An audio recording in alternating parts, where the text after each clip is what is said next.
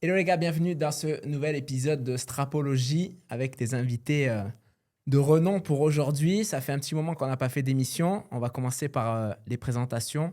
Avant ça, on va parler du sponsoring.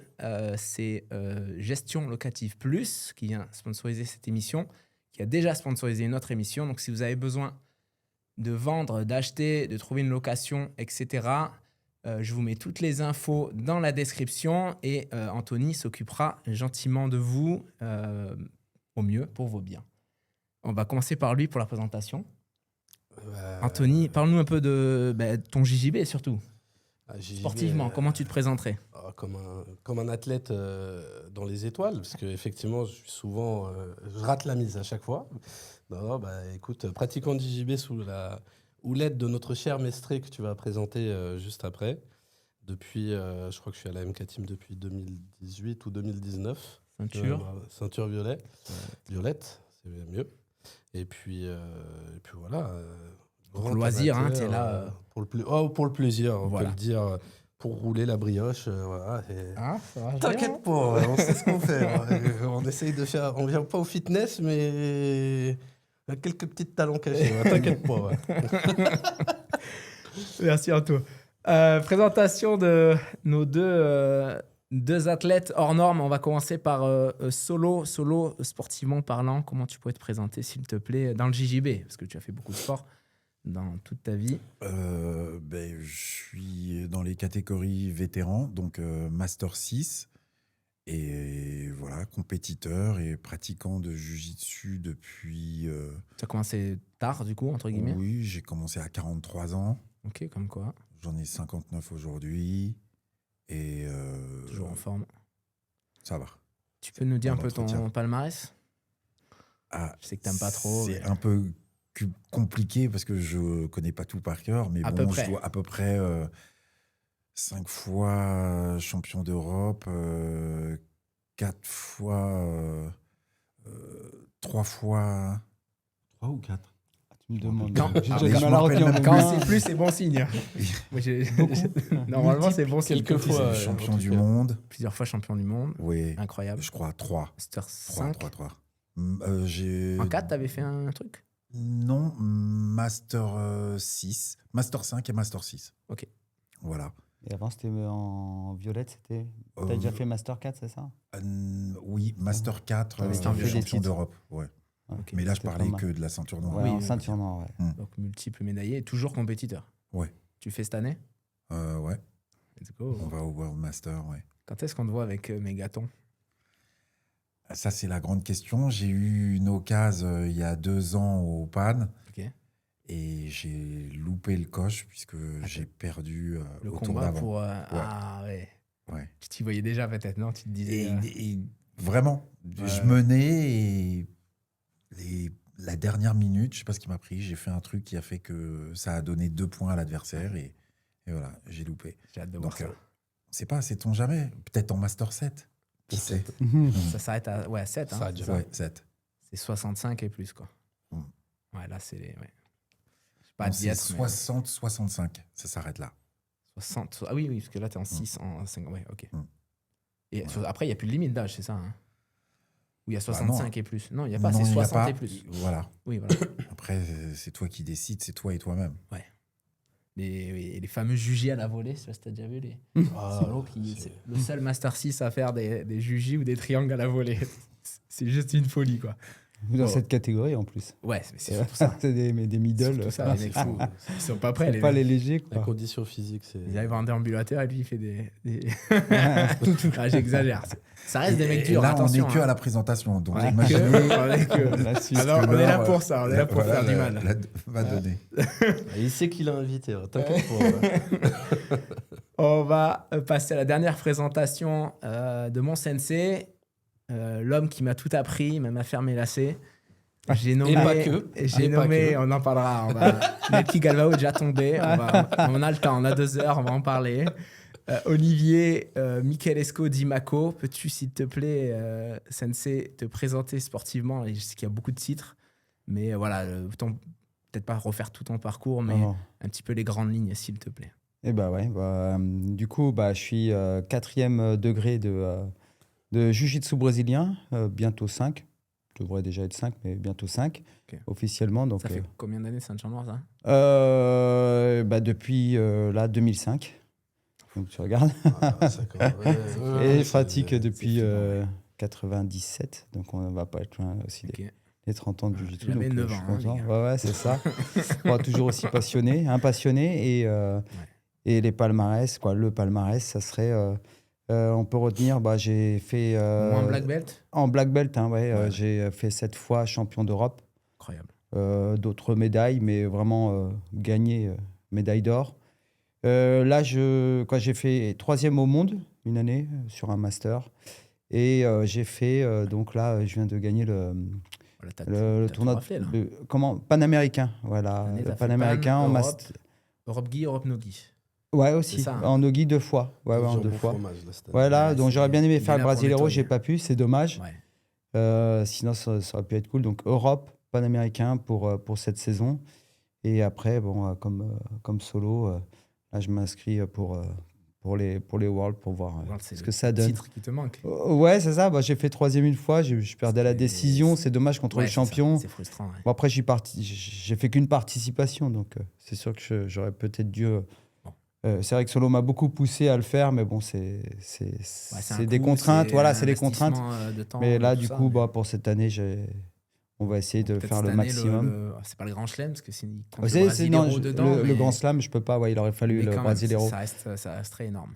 C'est déjà pas mal le Panaméricain. Là, c'est en Master 4. Hein. Bien sûr, j'aurais aimé le faire en Master 1, 2 à l'époque. Mais bon, c'est comme ça. Et Master 4, là, c'est... Ouais, je suis content. Je suis déjà content. Mais voilà, pour le palmarès, en gros, c'est ça. Et je suis aussi, bien sûr, pratiquant de judo. Je suis 3e dan de judo. Et qui m'aide beaucoup dans mon jiu-jitsu. Donc, c'est pour ça que j'en parle. Et fondateur de la MK Team, du coup. Voilà, aussi fondateur de la MK Team. 8 ans, plus, je sais plus. Ça va faire 10 ans. Ça va faire 10 ans. En fait, les 10 ans. Ouais, ça fait 10 ans. Donc, c'est chouette. C'est cool. Et puis, professeur, donc depuis de nombreuses années, j'étais... mon professeur, c'était donc, du coup Christian Derval et Flavio Bering. Et après, j'ai eu d'autres instructeurs à côté, mais principalement ça. Et j'ai formé de nombreuses personnes, là, ça bien fait évidemment. De nombreuses années, j'imagine que tu te formes toi-même. Ouais. Via des vidéos, des choses comme ça. C'est ça, bien sûr. Ouais. J'ai une bonne formation avec des professeurs, les voyages qui sont formateurs, bien évidemment. Ouais. Et puis ensuite, il y a eu quand même beaucoup. Comment ? Ouais, au Brésil, ouais. C'est sûr qu'avant, c'était moins disponible, les techniques. Ouais. Hein. Bon. Certains, quand j'ai commencé, j'ose même pas le dire. Pourquoi ? Mais non, il y avait pas Internet, c'était compliqué, quoi. Donc on allait apprendre avec des cassettes et des bouquins VHS. Et des VHS, ouais, carrément, ouais. Et puis après on allait et pour apprendre, il fallait faire des voyages. Fallait trouver des gens et faire des voyages. Et puis même quand tu faisais des voyages, tu allais au Brésil, ils t'ouvraient pas forcément les portes des académies comme ça, quoi. Donc t'arrivais, ils te cassaient la gueule, c'est tout. Et puis tu t'apprenais sur le tas. El gringo. El gringo, ouais, mais après, ça s'est ouvert et démocratisé. Et puis, la technique s'est répandue. Et puis, j'ai suivi le move, toujours. Et puis, j'ai de la chance que j'ai plein de gens qui viennent m'inspirer et qui m'influent aussi, qui peuvent m'influencer au club. Ouais. Comment ? Toujours à jour, ce qui est ça qui est fort. C'est ça. Après, j'ai eu de nombreux invités aussi de talent qui ont pu me faire voir des grands noms et amis. Moi, j'étais là, mais j'ai laissé la main à Mac. Mais ouais, Queixinho, je me souviens, c'était impressionnant le stage. Ouais, c'est sympa. Queixinho, voir leur technicité, leur façon. C'est vrai que c'est des modèles, quoi. C'est génial. Donc c'est ça qui est inspirant. Ok. Alors j'ai un premier grand débat là. Comment, parce qu'il n'y a quand même pas beaucoup non plus de Français, même en master. Hein. Bon, aujourd'hui ça monte avec les adultes bleu-violette, on va en parler après, les jeunes francophones. Mais comment on devient champion comme ça, champion d'Europe, champion du monde, même si c'est en master, qu'est-ce qui a fait que vous avez réussi, vous pensez, et il n'y a pas tant de noms que ça, à part Laurence, à part, je suis désolé, j'oublie peut-être des noms, mais même un Reda Derwesh, Adam Zawi, il a encore du mal à il y en a plein, c'est compliqué. Hein. Donc, qu'est-ce qui fait pour vous que vous avez réussi à faire la différence, notamment toi, Solo, qui a commencé à 43 ans. Comment ça se fait ? Est-ce que c'est ton passé de danseur qui fait que tu avais un petit peu le mouvement facile, la compréhension du corps ? Qu'est-ce qui fait pour toi que tu as réussi là où d'autres galèrent encore? Avant toute chose, je pense que c'est la persévérance et le dire. Et la détermination, la pugnacité, là, de rien lâcher, ouais. Ça, tu l'as. Et dans la détermination, vraiment, à l'entraînement, la manière de pratiquer. Moi, c'est une pratique quotidienne. C'est au minimum, je dirais, 4 fois par semaine. Et quand je dis minimum... Juge JJB. Oui, juge JJB. Ouais. Tu fais beaucoup de prépa. Ah ben, oui, aussi. Et la manière qu'on a de s'entretenir, aussi la lucidité qu'on a par rapport à ses lacunes. Quand on commence en compétition, moi j'ai commencé, je faisais un petit peu tout et je pouvais faire, par exemple, la première fois que le Naga est venu en France, j'ai fait les 2 compétitions. J'ai fait la compétition adulte et la compétition master. Ouais. Bon, ça m'a permis très vite de me rendre compte que bon, ça servait plus à rien d'aller combattre en adulte. Ouais, ça s'est mal passé pour toi?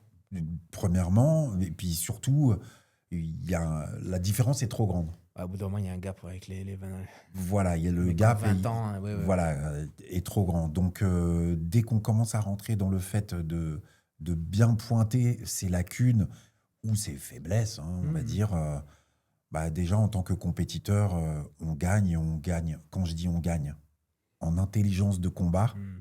Et au final, c'est payant. Moi, c'est comme ça que je l'ai perçu au début. Dès que j'ai commencé à combattre avec des plus de 40 ans, je me suis aperçu qu'effectivement, je performais mieux. Voilà, ni plus ni moins. Ne pas s'acharner à vouloir juste être le plus fort tout le temps. Et ça a été pour moi vraiment une grosse différence. Et quand je me suis retrouvé avec des gens de mon âge, de mon grade, et ça s'est passé plus simplement. Mais c'est globalement... c'est la détermination. Pour toi, c'est ça? Ouais. Et toi qui as commencé tard, j'imagine qu'aujourd'hui, quand tu vas en ceinture noire, tu tombes sur des mecs qui ont peut-être 30 ans de ceinture noire, j'imagine. Comment tu arrives à gérer ces mecs? Est-ce que tu penses que c'est beaucoup de physique? Je sais que tu fais beaucoup de physique. Je pense que ça fait quand même une certaine différence. Plus on avance dans les masters, plus le physique, je trouve, fait une différence. Que technique, parce que j'imagine que ces mecs, s'ils ont 50 ans de JJB, j'exagère, mais... Alors, non. Alors oui, souvent, il m'est arrivé, surtout les premières fois où je suis allé au World Master, de tomber contre des gars qui, effectivement, avaient une longévité en ceinture noire. Ouais, c'est ça. Oui, des gens qui avaient entre 20 et 30 ans de ceinture noire.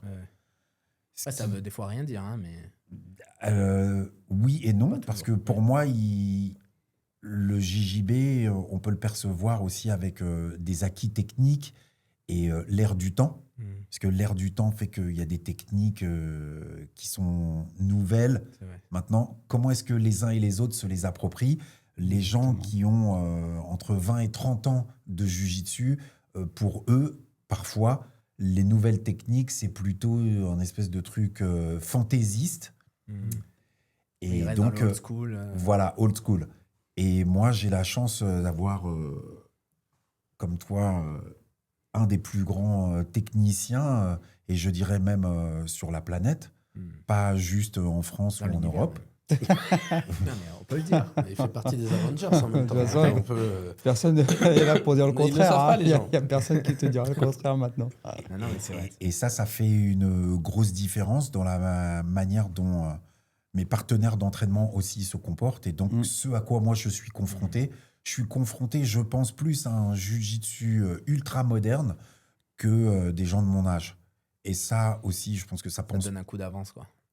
Plus qu'un coup. Ouais. Je pense pour beaucoup. Quand j'arrive en compétition, pour la plupart, c'est des gens qui, techniquement, me paraissent limités. Et c'est peut-être même des profs ou des mecs qui gèrent leur académie, souvent. Ouais, carrément. Ils ont peut-être pas le... Comme fait Mako, ils font peut-être pas le travail de se renouveler. C'est ce que... Ça, il y a cet aspect-là. Et après, pour ce qui est du physique dont tu parlais, bah oui, très clairement, de continuer à ces âges-là à se préparer comme un athlète de haut niveau, bon, soyons honnêtes, des gens de mon âge, ils n'ont pas que ça à faire. Ils ont des vies et des... Oui. Et toi, aussi, t'as le temps, tu dis, voilà, tu dis en bas de la rue, donc ils ont d'autres choses à faire, d'autres préoccupations que pouvoir juste s'occuper de leurs conditions physiques à un tel niveau. Là, présentement, moi, je suis à 3-4 non, par semaine. Voilà. Ouais, c'est beaucoup.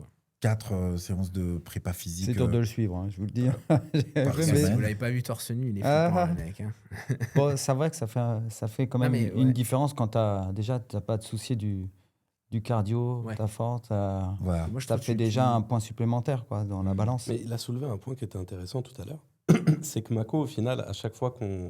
Depuis, t'es quoi, rue des Maraîchers, depuis quoi, 2018 ou 2019, je me souviens plus. Ouais, 2019. 2019, je l'ai jamais vu fixer d'une année à l'autre forcément les mêmes techniques. Il a toujours cherché à innover, que ce soit avec le lapel, avec les techniques, il n'hésite pas. Et effectivement, je pense que, surtout dans les catégories master un peu avancées, je pense qu'effectivement, tu as des coups d'avance puisque les situations sont jamais figées finalement dans ce que tu... Très clairement. Et en plus, pour beaucoup, ils se retrouvent confrontés par mois à des propositions auxquelles ils ne sont pas prêts. Ouais. Quand vraiment ça devient trop compliqué, moi, j'ai pris l'habitude, il y a quelques années, de vraiment beaucoup jouer avec le lapel. Et pas seulement en gardien, mais aussi en tant que passeur. Ouais. Oui, ça, c'était un peu et ça, pour innovant. Ouais. Voilà, d'utiliser le lapel en tant que passeur en Master 5 et ensuite en Master 6. Ouais, c'est vrai que ça aide. Dans la catégorie Master, ça aide bien. Les mecs, c'est simple, je suis le seul. Ouais. Je suis le seul, moi, que j'ai vu vraiment l'utiliser de cette manière-là. Ouais, il y a une bonne compréhension de tout ça, quoi, cet outil-là. Voilà, oui. Ouais. Et surtout, tous mes partenaires d'entraînement, pour beaucoup, sont à la pointe de ce genre de choses-là. Que ce soit toi, bon, bien sûr, Mako, mais tu vois, tous les autres. Moi aussi. Moi, tu peux le dire sur l'autre, n'hésite pas. Non, mais c'est vrai que bon, il y a pas mal de compétiteurs aussi, et tu travailles tous les jours avec eux, des petits jeunes, donc ça, c'est cool aussi, c'est agréable. Eux-mêmes te proposent différents scénarios là, dans tes entraînements. Et, exactement. Du coup, parfois, tu essayes de comprendre. Parfois, le travail basique, parfois, suffit à contrer, ou le travail de la force aussi, il faut le dire. Mais parfois, il y a une vraie recherche de gagner avec de la technique contre la technique. Donc ça aide. Et en Master 5-6, c'est franchement moins évolué dans les propositions de jeu. Après, j'imagine que... je prends un exemple du mec que tu prends souvent, un gars qui fait beaucoup de demi, tu m'en avais parlé. J'imagine que peut-être qu'il a... Je vais pas dire que ça dans son jeu, mais c'est son jeu principal. Par contre, il doit le gérer à la perfection. Bien sûr. Il l'a tellement fait, si ça fait 20 ans qu'il fait ça. C'est sûr. Tu vois ce que je veux dire ? C'est très... on est vraiment catégorisés entre nous, puisqu'on se connaît tous là, depuis quand même un certain temps. On va dire qu'on est 5-6 qui se retrouvent quasiment tout le temps.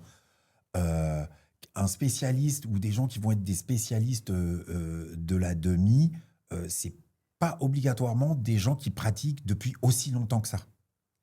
Tu veux dire, c'est quand ils sont arrivés à un certain âge, entre guillemets, ils se sont mis à pratiquer de la demi et voilà. Fixé, mais j'ai pas combattu de gens qui, je sais, sont des 4e degré ou 5e degré, parce qu'il y en a, qui pratiquaient vraiment juste ce jeu spécifique. Ceux qui étaient, par exemple, des très hauts gradés, ils avaient un jeu plutôt ouvert et plutôt porté sur la malice que vraiment techniquement élaboré, que ce soit en garde fermée ou demi-garde ou de refuser, par exemple, d'aller en dessous. Non, c'était pas aussi spécialisé que ça. Ceux que j'ai rencontrés qui faisaient ce genre de choses-là, c'était plutôt des gars qui, je pense, pratiquent à peu près comme moi, qui ont entre un peu moins de 15 ans ou de jiu-jitsu. C'est très bizarre parce que je le vois dans la manière dont ils abordent le truc. Les très hauts gradés. Tu vois qu'ils seraient restés un peu bloqués dans leur... c'est leur moins première élaboré. Connaissance. Oui, voilà. Alors que toi, quand tu as commencé, il y avait déjà un petit peu sur Internet, tu pouvais trouver des choses. Moi, j'ai commencé avec le berimbolo, quoi. Ouais. Quand j'ai commencé le jiu-jitsu, c'était les Mendes berimbolo. Moi, je regardais ça en me disant, mais qu'est-ce qu'ils font Ouais. Voilà. Il y a eu cette vague-là, ouais, c'est sûr. C'était cette vague-là. Et j'imagine que quelqu'un qui avait 45 ans à ce moment-là, il se disait pas, j'ai envie d'essayer. Sur Roger Grassi. Oui, voilà. Il se disait, ça marche bien. Moi, je vais rester là-dessus. C'est plutôt comme ça un petit peu que ça se passe. Ça t'a permis d'avoir quand même un coup d'avance, une meilleure analyse du jeu et proposer rapidement des solutions techniques quand t'es le en seul. master. Et puis c'est vrai que ça va un peu moins vite qu'en adulte ou plus on descend en master aussi, plus ça va vite. C'est certain qu'on sait très bien ce qui va se passer un peu dans les scénarios et c'est vrai qu'il y en a...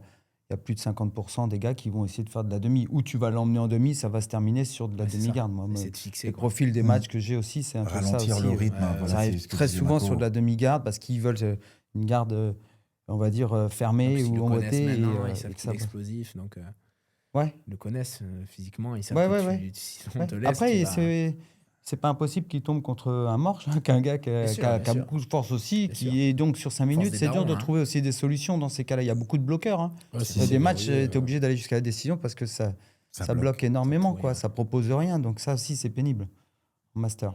Et en fait, le truc de compétiteur, moi, qui m'a beaucoup marqué et que j'ai dû adapter au fait d'être master, c'était la capacité à changer de stratégie en cours de combat. Okay. Ça, c'est quelque chose qui, depuis la ceinture bleue, j'ai compris qu'effectivement, on pouvait tomber sur des bloqueurs et que, alors, dès qu'on arrive en master, ça bloque encore plus. Et ça joue vraiment sur le score. Ça peut juste scorer un avantage et vouloir fermer le combat et fermer le jeu. Donc, c'est souvent le cas. Ça, on le voit aussi en adulte noir. Hein ? Il y a pas mal de finales, souvent qui sont même inintéressantes, parce que les mecs pourrissent le match et 30 secondes de la fin, ils cherchent l'avantage. Gagner d'un avantage ou gagner de 50-0, tu as gagné. Quoi. Donc, souvent, quand tu comprends ça déjà, ça change aussi ta façon d'aborder la compétition. Parce que moi, pendant des années, il fallait absolument que je m'impose un jiu-jitsu avec de la soumission, parce que c'est comme ça que j'avais appris. Il fallait que ça soit joli et proposer des choses. Mais au final, tu finis pas le tournoi parce qu'à chaque fois, tu vas tenter une clé, tu tombes, tu as perdu. Au final, tu as mis peut-être un avantage, mais tu perds 2 points. En 5 minutes, tu les rattrapes pas.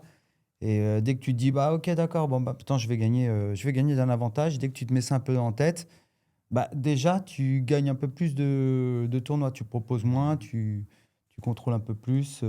Contrôler, tu essayes de regarder plus dans la balance c'est dur de faire les risques. Du jiu-jitsu très ouvert en compète, ça force tellement en face que et puis t'es facilement obligé de tomber dans ce truc. T'es quand même obligé. Sinon, facilement, je t'ai dit, tu perds parce que tu cours après le score. Et courir après le score, tu prends pas forcément les bonnes décisions après. Et même si tu es très déterminé, même si tu arriveras jusqu'à les 30 dernières secondes à faire quelque chose, souvent, c'est un peu plié, quoi. Tu prends un avantage dès le départ. Et puis après, tu peux fermer un peu la boutique. C'est moche, hein, j'avoue. Mais si tu veux passer les tours, c'est comme ça, c'est le jeu. En tout cas, tu es inspirant solo. Parce qu'on se dit, on peut arriver à 59 ans, être toujours bien en forme. C'est vrai, c'est inspirant. Et c'est un peu inspiré aussi des gens peut-être qui, à 40 ans, se disent, j'ai envie de faire un nouveau sport, peut-être un art martial. Il peut aller se tourner vers JJB s'il trouve un club où les mecs... respecte son corps, entre guillemets, parce qu'il y a un moment, quand tu es à 50 ans, tu as peut-être moins la gouache. On peut quand même évoluer et pourquoi pas aller chercher des titres comme tu l'as fait. Donc, toi, tant que tu as la forme, tu continueras, j'imagine. Tu te dis la dernière année, peut-être. Je l'avais un petit peu pensé comme ça cette année, en me disant, si j'arrive à faire un grand chelem, je m'arrête. Et puis, premièrement, déjà, j'ai perdu au PAN. Donc, je me dis, donc déjà, allez, on repart quoi. On est sur l'année prochaine. Voilà. Mais le fait d'avoir gagné au Brasileiro me dit, en fait, est-ce que c'est une compétition qui compte ou pas ? Et puis, moi, c'est vraiment...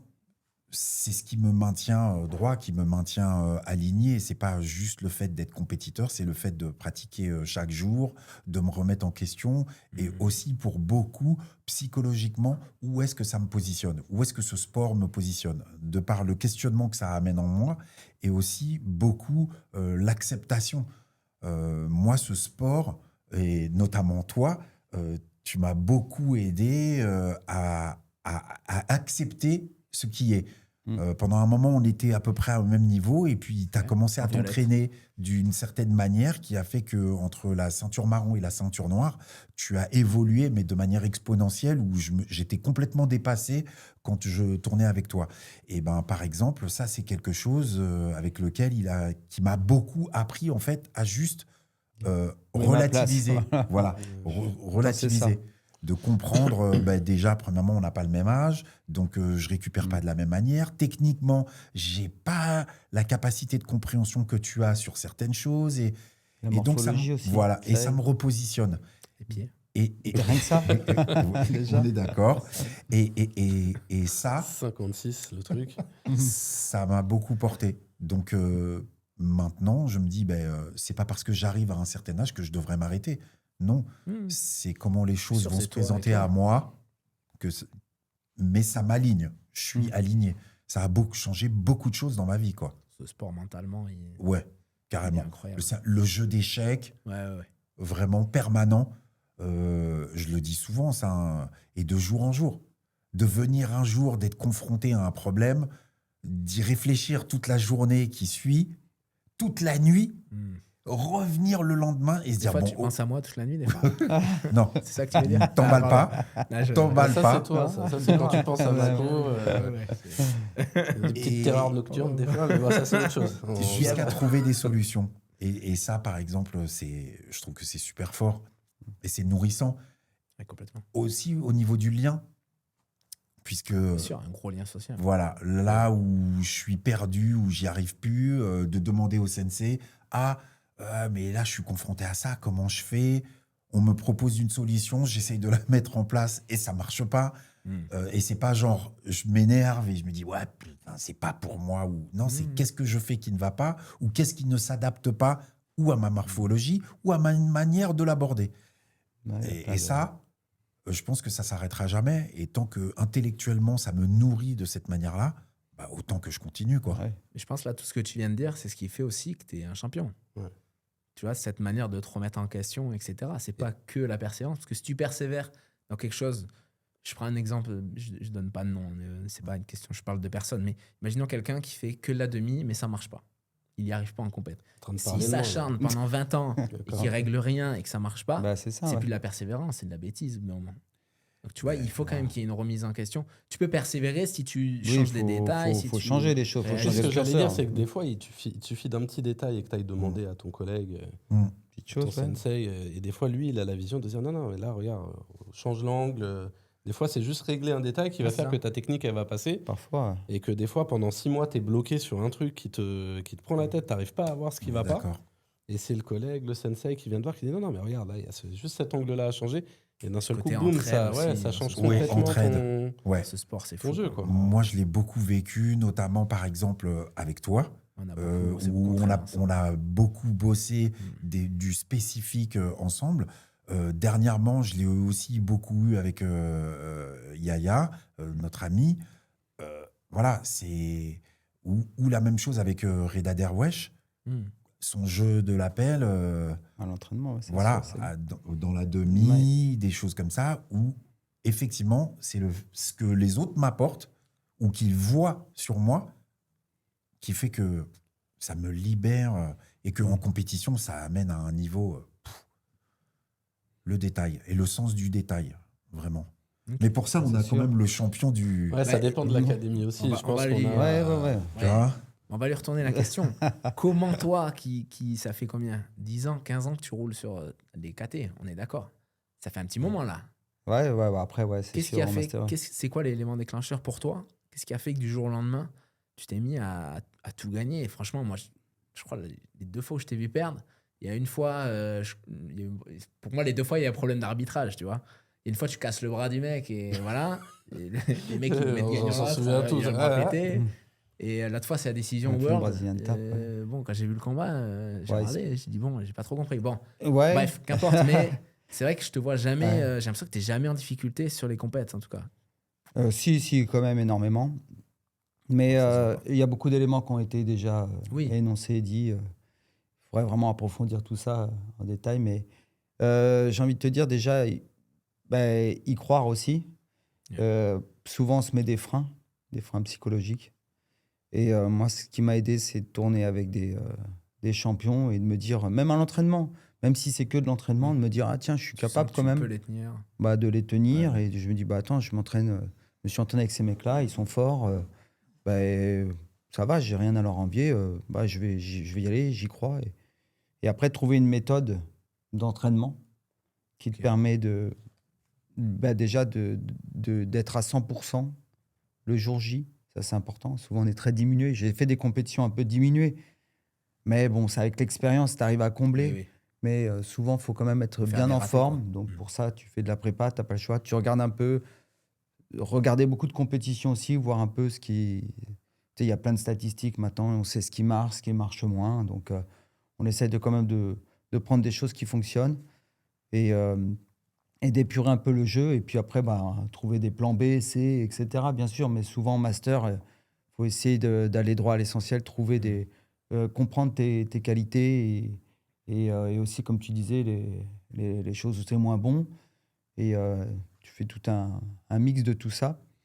Et une fois que tu arrives en compétition, déjà être vraiment l'acteur et pas être noyé, quoi. Les spectateurs, souvent, ça arrive. Hein, tu passes à côté de ta compète. Mais une fois que tu es là-dedans, et puis prendre combat par combat. Et puis, comme je t'ai dit, c'est de gagner. Moi, en tous les cas, le truc qui m'a aidé, c'est de me dire, maintenant, je vais pas la jouer gagne petit, mais c'est déjà de gagner avec un avantage et voir ce qu'on va faire avec ça, avec 2 points, voir ce qu'on va faire. Et puis, pas trop en donner non plus, parce que souvent, quand je suis gourmand, je vois qu'à chaque fois, je suis rappelé à l'ordre. Et après, je me dis, je m'entraîne comme eux, beaucoup. Je m'entraîne intelligemment, je connais le jiu-jitsu, je sais de quoi je suis capable. Une fois que tu as ça, tu avances, tu progresses, quoi. Et puis, tant qu'il y a du plaisir, de la motivation, je te dis, c'est vraiment ça le truc, quoi. Toi, après 30 ans de JB, t'es un petit peu lassé ou pas du tout?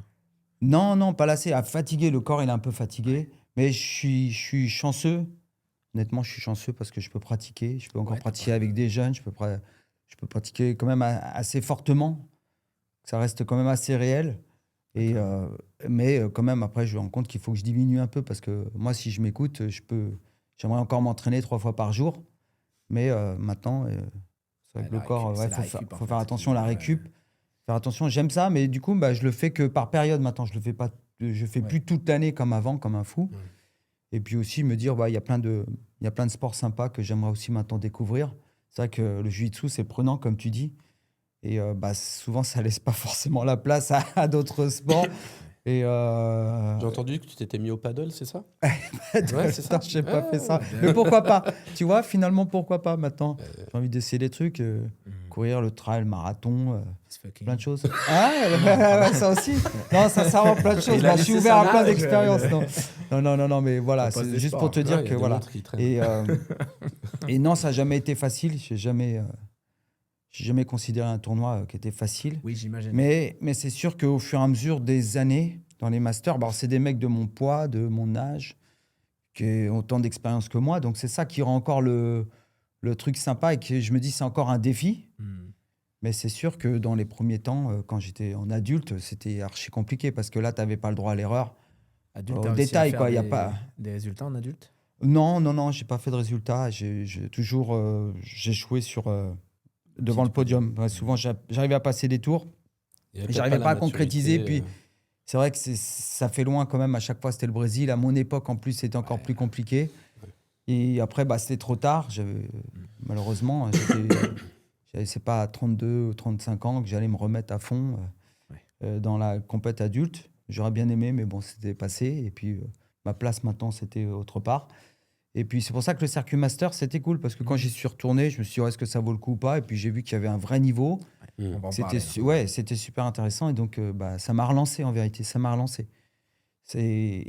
Parce que moi, en fin de compte, je m'étais dit, voilà, je vais lâcher la compète à ce moment-là. Et puis, ce qui me plaisait maintenant, c'était de vraiment être très technique pour les autres. Et puis, ça m'a relancé, quoi. Voilà. Okay. Pour faire toi, tu n'as jamais fait de compète? Non, parce qu'en fait... C'est quelque chose qui te donne envie ou pas? Ça me donne envie, mais la problématique, je sais pas si c'est une problématique, mais pour le coup, Mako et Solo en parlent très bien, c'est que tu vas pas à une compète en tant que spectateur. C'est-à-dire que si tu y vas, il faut vraiment prendre le temps de se préparer, prendre les choses au sérieux. Et j'ai ce côté où soit je les fais à 200%, soit je les fais pas. Et j'ai bien trop de responsabilités sur ma vie privée et professionnelle. C'est des freins, c'est sur des contraintes. Hein. C'est ce que disait aussi Solo, c'est qu'il faut pouvoir avoir le temps de s'entraîner 4 fois par semaine à minima, prendre des choses très au sérieux pour être présent sur les tatamis et dans la salle pour que... voilà, c'est plutôt un frein peut-être psychologique. Je pourrais essayer d'y aller en touriste, et voilà, mais ça me dérange l'idée d'y aller en se disant j'y vais en impro. Quoi. Moi, je dis toujours aux gens, c'est Solo, il m'a dit ça une fois, j'ai jamais oublié cette phrase. Il m'a dit, la compète, même que t'aimes pas, c'est bien de l'en faire au moins une dans ta vie parce que c'est très dur de trouver quelque chose qui se rapproche de ça au niveau stress, adrénaline dans ta vie en fait. Tu vois, donc c'est bien de le vivre une fois. T'aimes pas, au moins de sentir ce truc et de voir si ça peut te correspondre. Tout ça, je vais pas dire n'y va pas un touriste, mais tu peux très bien faire un petit open où il y aura moins de niveaux. Juste pour la sensation de j'y vais, je vais me battre. Ça peut être un défi personnel, hein, c'est sûr. C'est plus ça. Petit challenge. Après, si tu aimes, peut-être ça te poussera à te préparer en vrai. Vraiment. Bah, ça apporte des choses à plein de gens. Ensemble. Ou pas. Open de Chi, Mazarin, et on va se faire ça ensemble. C'est important cet aspect-là, moi je trouve, parce que ce que le jiu-jitsu apporte aussi dans l'aspect psychologique pour le compétiteur, c'est comment j'arrive à performer en grand stress. Ouais. Et ça, c'est, je dirais, un truc de tous les instants aussi. Dans la vie de tous les jours, il y a des moments où il y a une montée de stress. Et comment est-ce que tu arrives à performer ? Arriver à rester lucide ou en fait se laisser emporter par l'emballement des pensées et ça, moi, ça, c'est un truc qui m'a retourné dès le départ et que je me suis dit, ça me fait tellement chier que je me dis, ce serait bien de voir si, au bout d'un moment, j'arrive à l'apprivoiser. C'est un peu ça l'idée. C'est vrai qu'il y a des grands champions qui sont un peu dans cet aspect-là. Tu sais que tu vas y être confronté et c'est comment tu vas réussir à reprendre le contrôle de ces mauvaises pensées et arrêter tout ça et dire ok, c'est bon, j'ai eu tout ça, ok, ça s'est emballé, maintenant, maintenant j'arrête, je dois arrêter ça. C'est pour ça qu'il y a des mecs, surtout en tennis, ils ont plein de tics, il faut que ça revienne, tac, ils remettent à reset, hop, ils repartent. Et revenir dans la partie. Les ancrages, c'est revenir dans la partie. En jiu-jitsu, c'est vrai que c'est comme ça aussi. Pour tout les un tas de trucs psychologiques. De jiu-jitsu, le regard, d'être dans le bopé avec les adversaires, déjà à ce moment-là, comment ça se passe, l'adversaire qui va venir te parler. Fois, déjà, ça te la veille, moi des fois c'est des semaines avant.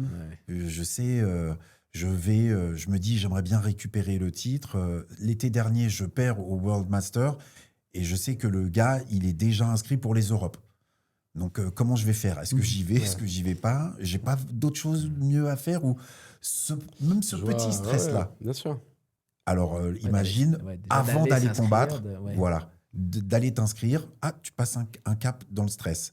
Bon, maintenant, c'est dans 10 jours. Il y a plus joie. C'est 10 jours. Finalement, la première compète ou la 50e, tu auras toujours un petit moment de stress. Et bon, tu l'aborderas peut-être un peu différemment après, mais à un autre niveau. Et ça, je pense que c'est un bon apprentissage dans la vie d'un homme tout court. Comment est-ce que je gère ? Il y en a qui vont être totalement détendus, où tu es là, tu te dis, mais comment est-ce qu'il arrive à... Et moi, j'observe beaucoup les autres combattants, et surtout les grands combattants. Tenan Dalpra, par exemple, je me suis retrouvé plusieurs fois dans le bopé avec lui. J'étais déjà échauffé, ainsi de suite. Je l'ai observé. J'ai dû passer 20-25 minutes juste à l'observer, à me dire comment il fait. Il a fait un post sur toi, il a dit un mec chelou qui m'a regardé. C'est ça. Si vous avez son nom. D'ailleurs, tu avais une perruque blonde ce jour-là. Bizarre, incognito en plus. Mais du coup, qu'est-ce que tu as pu voir ? Il est calme ? Alors, extrêmement calme. Je sais qu'il fait des trucs de respiration, je crois, non ? Extrêmement calme. Méditation. Très en retrait. Et toujours disponible. Ça veut dire que quand les gens viennent le voir, au lieu de montrer qu'il est fermé, tout de suite, il s'ouvre, hop, il est... Et ça, je me disais, mais comment il peut faire ça ? Moi, quelqu'un qui vient me parler à ce moment-là, il y a même des moments où je vois bien que c'est même pas je suis fermé, j'ai le visage genre... Malgré toi. Oui. C'est dans ta bulle, quoi. Après, il a commencé je pense que tous ceux qui commencent enfant, tu as peut-être une vision différente. Et puis l'habitude, c'est sa vie. C'est vrai que c'est sa vie. C'est normal, en fait. C'est les week-ends, aller en compète. Puis c'est vraiment leur vie, quoi. Ils font que ça. Donc, c'est sûr qu'il y a beaucoup moins de stress. Ils ont Ils ont l'habitude, il y a un protocole. Lui, maintenant, il a un côté où genre, c'est le GOAT, entre guillemets. Ça peut être stressant aussi pour ça. Perde, quoi. Ouais, mais bon, après, ils doivent se dire quand même, bon, bah, quoi qu'il arrive, je le fais, c'est mon sport, et puis je vais pas en mourir. Et puis, après, je pense qu'ils sont suivis aussi. Ils sont très suivis, ils ont tous des coachs. À ce niveau-là. Différents coachs s'il faut, et puis ils ont des gars qui ont déjà fait ça avant eux, donc c'est rassurant, c'est sûr. Ouais, la voie a été ouverte, justement. C'est ça la différence par rapport à toi à l'époque. Mako, il a dit un truc vrai. Une fois que tu arrives à faire... Il m'a dit ça une fois. Il m'a dit une fois que tu arrives à faire un podium, une grosse compète, genre les Europes ou quoi, en fait, ça te débloque. Tu te dis, mais en fait, je peux le faire. Moi, pendant longtemps, j'étais bloqué parce que je voyais toujours les mecs, c'est super fort. Et en fait, tu te fais un film des mecs. Et après, une fois que tu arrives à passer tes tours, tu te dis, mais en fait, je suis largement... capable de le faire, en tout cas. Je peux le faire, quoi. Après, il y a des combats, ça passe pas, c'est comme ça, mais pour des raisons, mais tu sais que t'es là, t'as le niveau, quoi. Il y a un truc mental qui se débloque, tu te dis, en fait, je peux le faire. Ouais. Et après, il y a une autre étape, c'est quand tu es sur le podium, ok, j'ai réussi cette étape, mais tu te dis, j'ai fait 3e, j'en sais rien. Ouais. Et c'est de se dire, non, il ne faut pas que maintenant je suis sur le podium, je ne veux pas faire 3e, je veux faire 1er. Et là, c'est encore autre chose, parce que souvent, tu te laisses une porte de sortie comme ça, tu te dis, enfin, je suis sur le podium, si tu fais ça, tu vas perdre parce que tu n'es déjà plus dedans. Non, il faut oublier la place de 3, le podium. Là, après, il faut dire, non, c'est premier ou rien. Et donc, il faut réussir à se mettre ça aussi en tête. Persévérance. Ouais, là-dedans aussi, mais c'est ça, je comprends ça. Qui va aussi avec la persévérance. Et détermination, discipline, rigueur, persévérance. Ça, tu peux l'appliquer, c'est certain. Plus tu fais ça, mieux c'est en général. Voilà. C'est comme dans tout sport, mais... Ou dans la vie tout court. Dans la vie, même déjà dans la vie. Dans la vie tout court. Il y a une rigueur à avoir. Ta gestion de ton quotidien, c'est la même chose.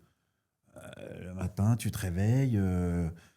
Tu fais ta toilette ou tu la fais pas? Tu te laves les dents ou tu... Alors Flo, non. Ça, c'est avec certitude. Bon, tout ça, déjà, il a un gain de temps énorme.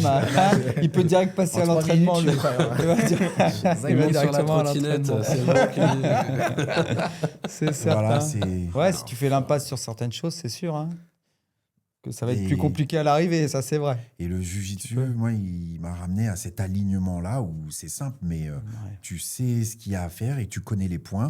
Il y a un point A, si tu veux aller au point B, voilà toutes les petites étapes. Et puis d'accepter qu'elles te soient pointées du doigt par autrui. Parce que moi, quand même, avec mon ego surdimensionné, au début, c'était peut-être un peu compliqué, quoi. Et juste d'écouter. Mais ça, c'est très juste. Mais dans le JJB, t'arrives, j'ai l'impression que quand t'arrives, même si tu as un ego, tu vas vite devenir humble, mais très vite. Ouais, t'as pas le choix.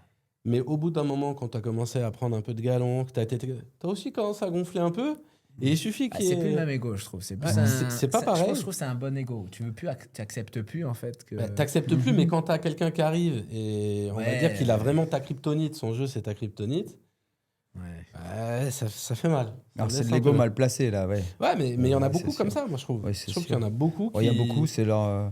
Ça les fait avancer aussi, hein, l'ego. Mais moi, je trouve que ça bloque le jeu, justement. Pour beaucoup, je trouve que ça les bloque. Justement, ils n'arrivent pas à accepter ce que tu disais tout à l'heure. Ce côté-là, tu rebondis. Tu peux avoir les deux. Il faut accepter de se dire, non, bon, fais-moi voir que je puisse débloquer le jeu. Et pour certains, je pense que...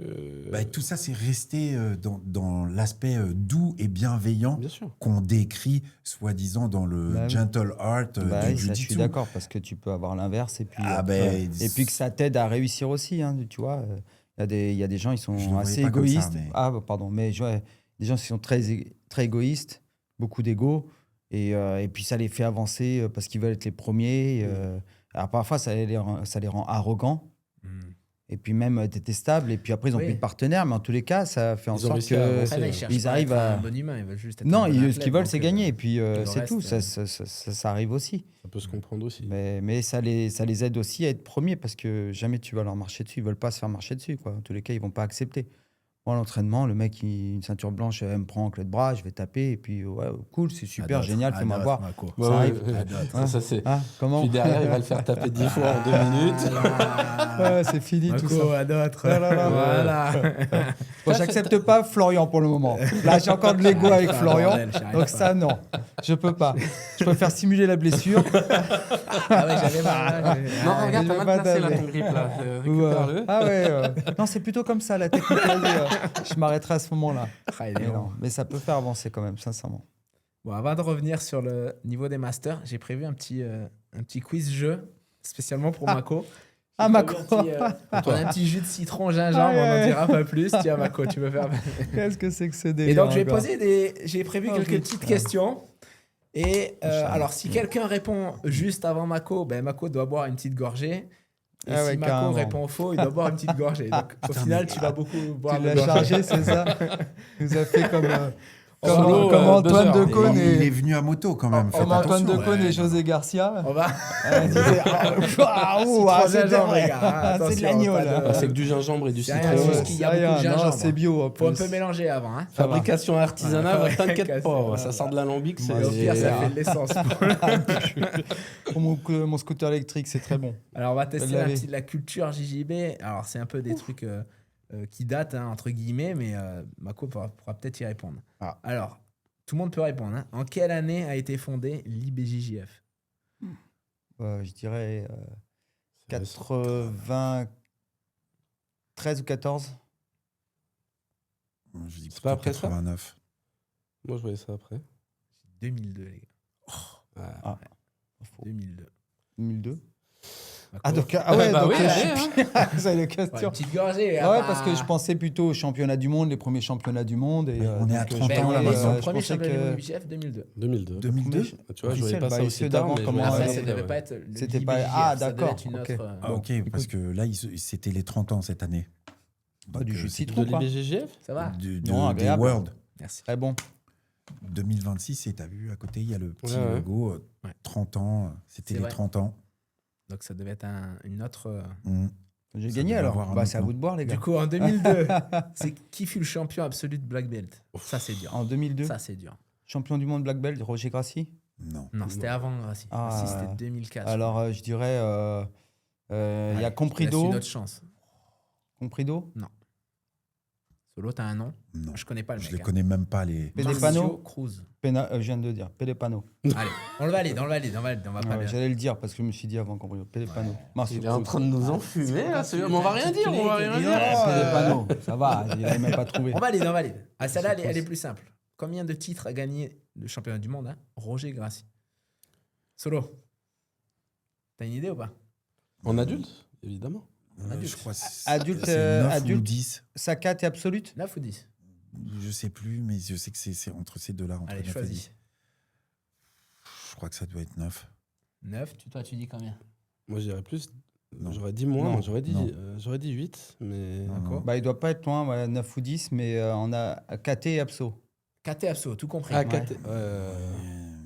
Tu dis il a dit 9 solo, je vais dire 10. Tiens. Tu dis 10? Non, je dirais 10. Boucher, c'est 13. Il a bon 10. Celle-là, je me suis douté qu'il mais je l'ai dit avant. C'est vrai. Allez. Non, t'abuses. Tu m'as pas posé la question avant, tu l'as demandé. Non, ça va, je suis dedans, les gars. Quel athlète a remporté le plus de titres de champion du monde Black Belt adulte? Boucher. Allez hop. Mais attends, il faut signifier avant. Mako. Black Belt adulte. Black Belt adulte, il faut dire catégorie et abso, parce que c'est pas pareil, parce que sinon... Bonne réponse de Solo. Regarde, Malfacine, il a fait 10 fois dans Sacat. Oui. Il a pas fait Sacat et abso. Tout confondu. Mais sinon, j'aurais dit Boucher-Chat, c'était évident. Je te laisse boire une petite gorgée. C'est ça parce que tu l'as fait avec amour. C'est du citron, c'est rien, ça pique un peu. Il a pensé à toi depuis hier et il s'est dit, tiens, c'est la potion d'Astérix. Bah non, c'est rien du tout. Ils sont sympas. Alors ça, j'ai appris en trouvant cette question. Faire semblant. Je savais pas ce que ça voulait dire. Ça signifie quoi ADCC, les gars? Abu Dhabi Combat Club. Non. Il est bon. Non, mais attends. On applaudit. Je te jure, je savais pas. Bravo. J'ai même pas le temps de répondre. Je trop vif comme mec. Il faut être plus vif. T'es vif. J'entends pas. C'est mon sonotone, j'entends pas d'ici. Il en reste 2. Il a dit quoi, le monsieur? Ça a dit pas inviter la gériatrie, toi aussi, là. C'est plus là, ils sont plus là. Ne vous inquiétez pas. Alors, et l'ADCC, en quelle année elle a été créée? C'est avant l'IBJJF. Avant l'IBJJF? Alors, c'est que c'est eux, 80... 13 ou 14. Ouais. Pas aussitôt. Pas aussitôt? Un petit peu 97, plus tard. 98. 99. C'est le juste prix. 98, on va dire que tu l'avais. 97. C'est moi qui on valide. Merci. Et donc, du coup, dernière question très dure. Aïe. Qui a gagné l'absolute de cette année-là de la DCC? De 99? Ouais, 98. De 98? Attends, je vais te retrouver. Tu trouves que c'est fort. Je peux donner le prénom si jamais. Peut-être Mario. Mario. Faut connaître. Hein. Mario Spiri. Trop fort. J'aurais pu le trouver parce qu'il est dans ma caté. C'est vrai? Non, c'est incroyable. Non. J'ai failli le rencontrer. Tu tapes avec Mario Spiri? Non, j'aurais bien aimé, le mais... mec est vétéran, champion. C'est incroyable. Ouais. Mario Spiri. Mais bravo, Mako. Tu peux garder ton... T'as le droit de le garder. Tu vas mettre de côté quand même. Fais attention quand même. Bon, on va revenir sur les... On a parlé des masters, le niveau. Le niveau qui a explosé pour moi en master depuis, je sais pas, ça fait 10 ans peut-être, où il a commencé à avoir des champions qui ont accepté de plus finir 2 ou 3e en KT, parce que ça leur plaisait pas, ils veulent être premiers. Donc ils allaient en master. Peut-être ce qu'on voit le plus, c'est peut-être les Miao. C'est ce que j'allais dire, les Miao. Qui ont toujours galéré en adulte. Ils ont fini par fermer la KT à 2. Pendant longtemps, il y avait Oumal Facine ou Kayotera qui les battaient. Et ils ont fini par aller en master. Donc je trouve ça... C'est peut-être pas les premiers grands champions, mais en tout cas, ça a démocratisé le truc. Voilà, je dirais plutôt ça. On va en master et c'est plus en tout cas une honte. Ça n'a jamais été une honte, mais il y avait ce côté un peu avant des champions. Ils disaient non, le master, c'est pas pour nous. Aujourd'hui, moi, je trouve le master. Un peu master 1 et 2 déjà aussi, c'est pareil. Mais en fait, tous les masters, c'est devenu un truc où... Non, pas tous. Je dirais pas ça. Je dirais jusqu'à combien, toi? Jusqu'à Master 4, c'est la folie. Solide, c'est la folie. Encore une fois, qui sont fous. Ça dépend, ça dépend des catégories, du moment, du championnat. Bien sûr. Mais tu as des catégories parfois. C'est devenu l'enfer partout. Master 1 maintenant. C'est comme adulte. Ça peut être aussi dur. Bon, bien sûr, peut-être pas, mais après, tu as beaucoup d'inscrits. Parfois, tu as des KT où il y a 40 gars en Master 1. Plus de combats. C'est dur, c'est ouvert et puis tu sais pas sur qui tu vas tomber. Tu as des mecs qui se sont inscrits là-dedans, qui sont inconnus, alors qu'en adulte, tu commences à connaître un peu les gars. Mais ça reste dur, peut-être moins qu'en adulte. C'est la deuxième division, c'est sûr. Il ne faut pas le dire, Mais c'est certain que parfois c'est un guépier, quoi. Je trouve que c'est un peu dénigré les masters encore aujourd'hui. Un peu. On est d'accord. Je trouve qu'on regarde beaucoup, surtout en France. Je trouve qu'on regarde beaucoup les adultes bleu-violette. Bleu-violette, Bleu-violette. Les et espoirs, après, j'ai l'impression que le reste, ça n'existe pas. Non, moi, je trouve que c'est moins. Les adultes, il y a un gros travail qui est mis en avant maintenant pour les masters. Parce que effectivement déjà maintenant. Tu as les inscrits. Voilà, c'est ça. J'allais te dire. C'est qu'il y a déjà beaucoup d'inscrits maintenant, donc on peut plus faire sans. Tu vois, si tu enlèves le circuit master, je pense que les BJF là, ils sont pas bien. C'est presque autant que les dernières statistiques, c'était autant que les bleu-violette, quoi. C'était pareil, quoi, le nombre d'inscrits en master. Donc c'est énorme. Donc on est obligé de le mettre en avant. Et puis comme tu dis, tu as des anciennes stars ou des stars encore qui s'inscrivent sur le circuit master. Donc ça donne du crédit à cette au master. Cette marge. Mais il y a plus d'inscrits dans les compétitions uniquement master. Je dis bien les grosses, du moins la grosse World Master. Au World tout court. C'est sûr. Qu'au World tout court ou même quasiment qu'aux Europes. Alors maintenant, il faut dire aussi que par exemple en cette journée, c'est qu'en noir, je crois. Oui, c'est qu'en noir. Il faut avoir un certain nombre de points. En adulte, c'est assez récent quand même. Il y a quelques années, il y a des mecs tu pouvais t'inscrire en adulte pour le kiff. Moi, j'ai participé une année où j'avais pas besoin de points. Et puis surtout, il y avait 200 inscrits où tu devais faire 10 combats pour arriver en finale. Ils en ont eu marre, ils ont mis ce truc de points qui ça épure. Pas si mal, ça épure. Et ça pousse aussi, peut-être, les mecs bons, mais pas assez pour aller chercher des podiums, à aller en master. Et il y en a plein qui le font. Solides. C'est juste qu'ils vont perdre contre le top adulte. Ça, c'est encore un autre monde. Parfois, tu as des mecs qui sont encore en Master 1 et qui vont faire le championnat du monde et qui sont champions du monde en adulte. Et ils sont sur le tournoi en Master 1. Donc tu te dis, compliqué. Les Miao pendant la transition, Kayotera, pareil. T'avais un gars solide aussi en Nogi. Son nom m'échappe, mais dans la même année, il gagne en adulte et en master. Alors qu'il faisait le tournoi en master 2 ou 3 et qu'il gagne après en adulte. Bon, c'est quelques exceptions. Mais quand même, tu dis, ah ouais, parfois, c'est le même niveau finalement qu'en adulte. Quoi. Si tu veux te battre contre... tu veux te battre contre un... 30 à la fin de... quand il gagne le Grand Slam, 30, hein. Je crois il a 39 ou 40 quand il fait le Grand Slam. T'imagines 40 ans? Ouais. Donc si tu le prends en master, tu prends un champion du monde. Donc c'est le niveau... pour le battre, tu dois te mettre au niveau du champion du monde. Ouais, c'est pareil. Si tu veux battre un Miao, c'est sûr que même s'il est en master... Il faut que tu sois prêt comme un champion du monde presque adulte. Quoi. Tu t'entraînes de la même façon comme si tu voulais gagner les championnats du monde. Moi, je vois des fois, il a des combats difficiles quand même. Bien sûr. Jusque-là, il gagne tout, j'ai l'impression, en master. Mais il y a des finales, c'est du 2-0, c'est chaud. Après, il gère le truc, mais j'ai l'impression quand même les niveaux sont solides. Parce que ces gars qui ont de l'expérience, et puis en un match, tout peut se passer. Comme tu dis, tu as des jeux. Ceinture noire. Je ne sais pas ce que vaut aujourd'hui Master bleu, violette. Je ne sais pas. Je n'ai pas participé à ça. De ce que j'ai pu voir en noir, c'est le niveau qui fait que... Il y a quand même en Master de couleur, ça reste quand même... Il y a quand même des catégories difficiles. Je ne dis pas toutes les catégories, mais tu as des catégories parfois, waouh, ça joue bien. Moi, je les vois, je regarde, je dis, ah ouais, c'est sympa. La violette, à mon avis... déjà, où il y a de l'expérience, ça commence déjà à bien jouer. Ouais. On ne veut juste pas se taper avec le mec qui a commencé à 6 ans et qui est violette à 19 ans, 18 ans. Ouais. Après, c'est comme tu dis, parfois, il y en a, ils prennent ça, ils ont l'âge, ils prennent ça pour une grosse compète. Ils disent, bon, je gagne, tant mieux, je perds, c'est pas grave. Et puis hop, ils vont faire, d'autres tournois. Quoi. Paradoxalement, par exemple, je prends Peter Frank, c'était ma KT, mais là, il est monté, il est en Master 3. J'ai l'impression que lui, c'est limite un athlète pro, mais il est en Master 3. C'est ça, c'est ce que je te dis. Le mec, il a une médiatisation qui est super importante, je trouve. Peter Frank, dès qu'il combat, machin, filmé, il est invité à Super Fight, etc. Alors que c'est un Master 3. Tu vois, et j'ai pas l'impression qu'en France, on ait ce truc, entre guillemets. Tu vois, on met beaucoup l'accent sur les jeunes. La qualité de son jiu-jitsu, et puis il fait le show, et puis c'est tout ce qui va autour. Après, ça lui est déjà arrivé de tourner aussi encore. Il pourra accepter, par exemple, lui en tant que Master 3, il pourrait accepter, c'est un professionnel, il pourrait accepter de tourner sur un event contre un adulte, contre un gars qui est dans le circuit adulte. Je suis sûr, il ne refuserait pas, comme d'autres l'ont fait. Donc, Roger Gracie qui combat contre un Bouchécha à l'époque, c'est pas pareil, tu vois. Mais ils disent oui. Mais ça se fait quand même. Il y a quand même aujourd'hui des orgas qui préparent ça. Il y en a qui le font. Il y en a, c'est voulu. Puis il y en a parce qu'ils ont vraiment encore de quoi leur répondre. Un cyborg, tu peux le prendre sur un event et puis il va sur les tournois master, il peut le faire en adulte, il fait tout. Quoi. Il est encore partout. Ouais, c'est exactement ça.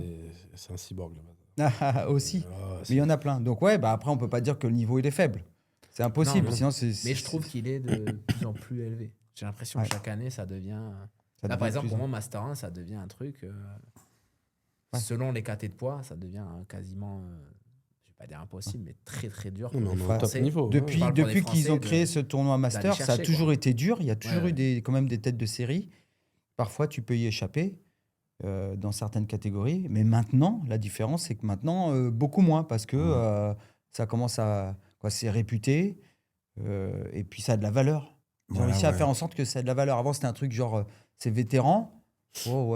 Truc de vieux, tu disais ça. Mais en réalité, maintenant, ça a une vraie valeur, quoi. Pour tout le monde, d'ailleurs. C'est un vrai défi pour tout le monde, dans chaque caté, d'ailleurs. En fonction de ce que très valorisé, par l'aspect technique. Effectivement, il y a des têtes. Et il y a des têtes dans toutes les catés, en fait. En tout cas, en noir, il y a des noms dans toutes les catés. Et ils ont rendu justement le truc médiatique. C'est ça qui est sympa. Ils ont créé des stars en master. Donc, c'est ça qui donne envie de le regarder, de les suivre. C'est vrai qu'avant, beaucoup moins on entendait. Avant, il n'y avait même pas une vidéo sur les masters. Moi, j'ai jamais eu une vidéo de moi solo, je sais pas non plus, mais en tous les cas, moi, j'ai jamais rien demandé depuis tant d'années, quoi. Ce qui a fait que je suis connu, c'est uniquement parce que je connais des gens. Avec tes sports annexes au JJB, justement, dont Flo parlait tout à l'heure. Éventuellement, le paddle, ça va venir. 2-3 vidéos. Non, mais c'est ça. Mais sinon, maintenant, c'est ce qu'ils font. T'as Flo Grappling qui va suivre le tournoi Master et c'est sympa comme ça. Il suffit d'avoir été un nom. Un nom avant et c'est bien d'y aller. À un moment et en fait, ils te suivent. Est-ce que tu es, si tu as une personnalité aussi. Et mais puis c'est dur si tu as commencé en master, entre guillemets, en noir, je parle par exemple, de te faire un nom, je trouve. Eh bien alors, Regarde, il n'y a qu'à voir Formiga. Vous gagnez, je ne sais pas combien de fois. Je ne vous ai jamais vu. Non, mais même tous ceux qui sont vraiment des superstars aux yeux des gens aujourd'hui, même Mégaton, il n'a jamais rien fait en adulte ou en. Ah ouais? Il n'a jamais gagné. Il n'a jamais rien fait. Il a commencé à faire. Il s'est fait un palmarès en master. Que en master. Ouais, ça commence à être des personnalités. C'était le père de Mackenzie Dern aussi. C'est peut-être ça qui. Pas forcément. Non. Il gagnait était déjà connu avant. Il faisait déjà les tournois. On la reconnaisse, elle. Puis surtout, il faisait master et adulte en même temps. Oui, et puis c'est drôle. Et puis il a fait toutes les compétitions. Il les a toutes faites depuis qu'ils ont commencé. Je crois qu'il est 20 fois champion d'Europe, je crois. Il a dû faire toutes faites. Il a fait toutes les éditions, quoi. Tu vois, de championnat d'Europe et championnat du monde. Alors les Brasileiros, on regarde même pas. Cette année, en fait, il a présenté aux Brasileiros ses 2 médailles, sa médaille des Pannes et sa médaille des Brasileiros, alors qu'on était aux Brasileiros et que ça avait eu lieu quasiment un mois avant. Tu vois, donc on fait de personnalité des gens qui, dans le temps aussi, je pense que c'est une manière de voilà, c'est une manière pour communiquer, je pense, pour l'IBJJF. Ouais, si tu fais que du one shot et tu mets en avant un mec et il revient plus, bon, c'est. Voilà, tandis que là ils sont sur lui, ils le fabriquent, ils le mettent sur un piédestal et c'est ça qui leur rapporte à eux. C'est un peu lui en vrai la grosse star des masters avancés. Master. Oui. Il y a lui et puis après il y a les Miao maintenant. C'est Formiga qui s'appelle. Ouais, Formiga. Ouais, lui, pareil, il est attendu. Non mais tu vas regarder leur palmarès, ils ont gagné je sais pas combien de fois les championnats du monde, les Brasileiros, en master, bien évidemment. Oui, mais d'année en année, ça va être pire. De toute façon, ils amènent à ce que même les stars adultes arriveront de toute façon sur le tour de master. Même s'ils finissent 5e des Worlds, ce qui est déjà énorme en adulte, les mecs, ils arrivent à 30 ans, ils vont se dire, j'ai la possibilité d'y aller. J'ai peut-être là gagné l'or. J'y vais, en fait. Ouais, et puis tu diras que tu es champion du monde. Il n'y a plus de honte. Bah oui. C'est pas une honte d'être champion du monde en master. Il n'y a jamais eu, en vrai. C'est juste qu'on se faisait Non, mais c'est pour nous, c'est sûr. C'est pas le même défi, c'est pas le même niveau. Et puis, je crois que la réalité, c'est qu'il ne faut pas se mentir, et puis c'est tout. Et puis voilà, comme ça, tu es cohérent avec ce que tu fais, c'est tout. Il y en a plein qui dénoncent ça, c'est les adultes. Le nombre de pratiquants a explosé. Je vois, ne serait-ce qu'à l'académie, c'est partout. Je suis venu, c'est fou.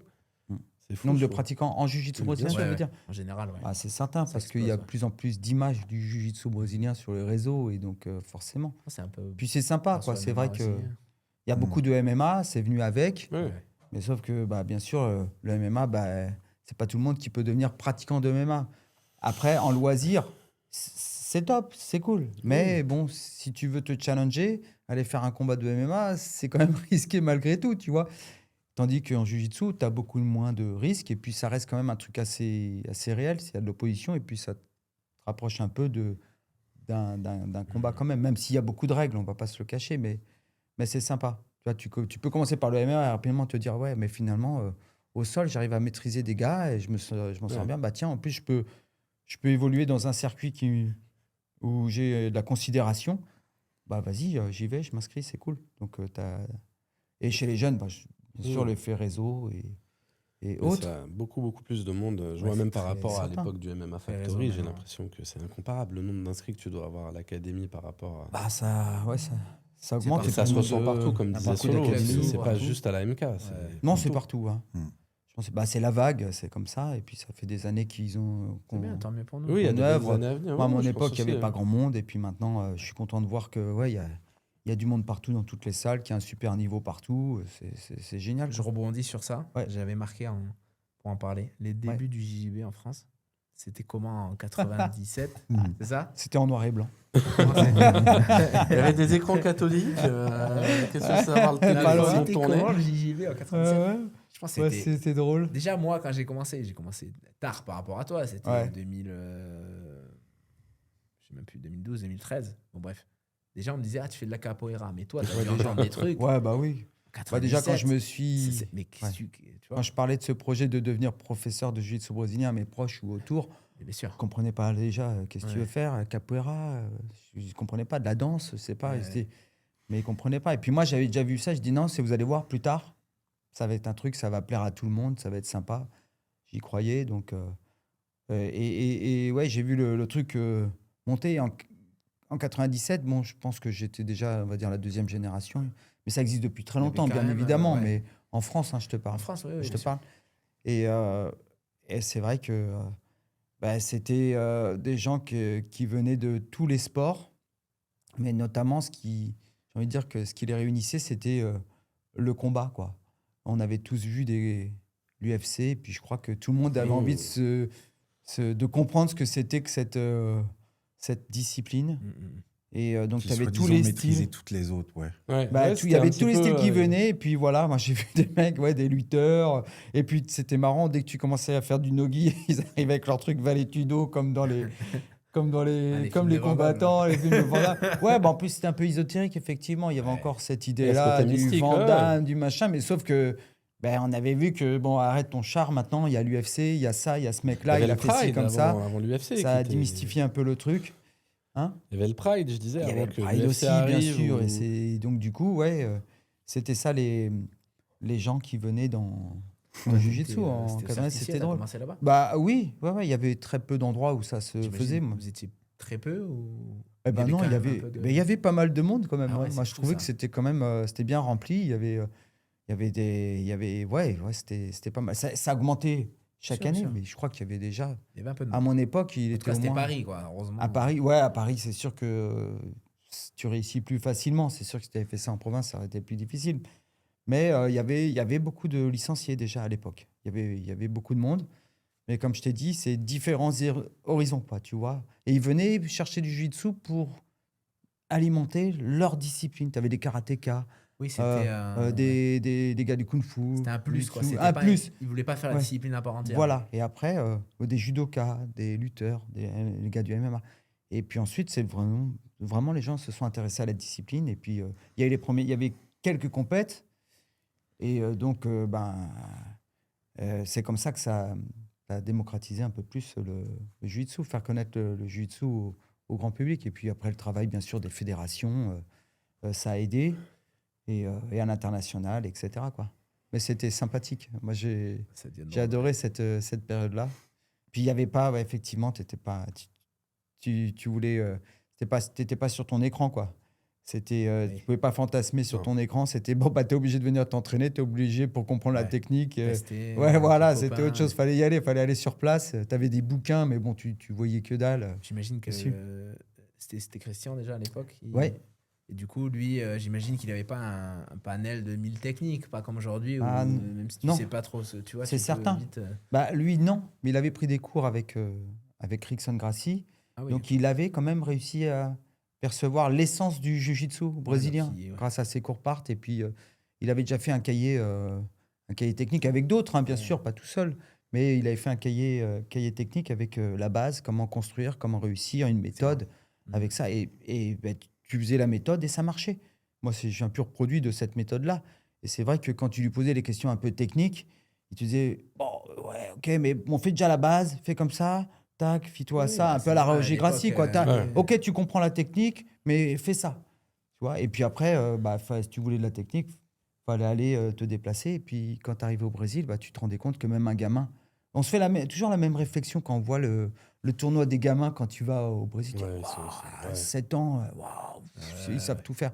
Moi, je suis arrivé là-bas. Déjà en 97, je disais les gamins, ils savent tout faire. Ils faisaient déjà du berimbolo, des trucs. Je ne savais même pas faire une demi-garde. Ils faisaient déjà du berimbolo, tu vois. Donc, c'est sûr qu'on était un peu loin techniquement. Et puis, voilà, on a rattrapé maintenant. Je rebondis sur ça. La nouvelle génération, meilleure que l'ancienne, forcément, ou pas, pour vous? Ça dépend de l'époque. Non, il faut vivre avec son époque. C'est aussi dur. Les gars étaient bons, tu regardes. Parce que je peux te faire voir partout, en vrai.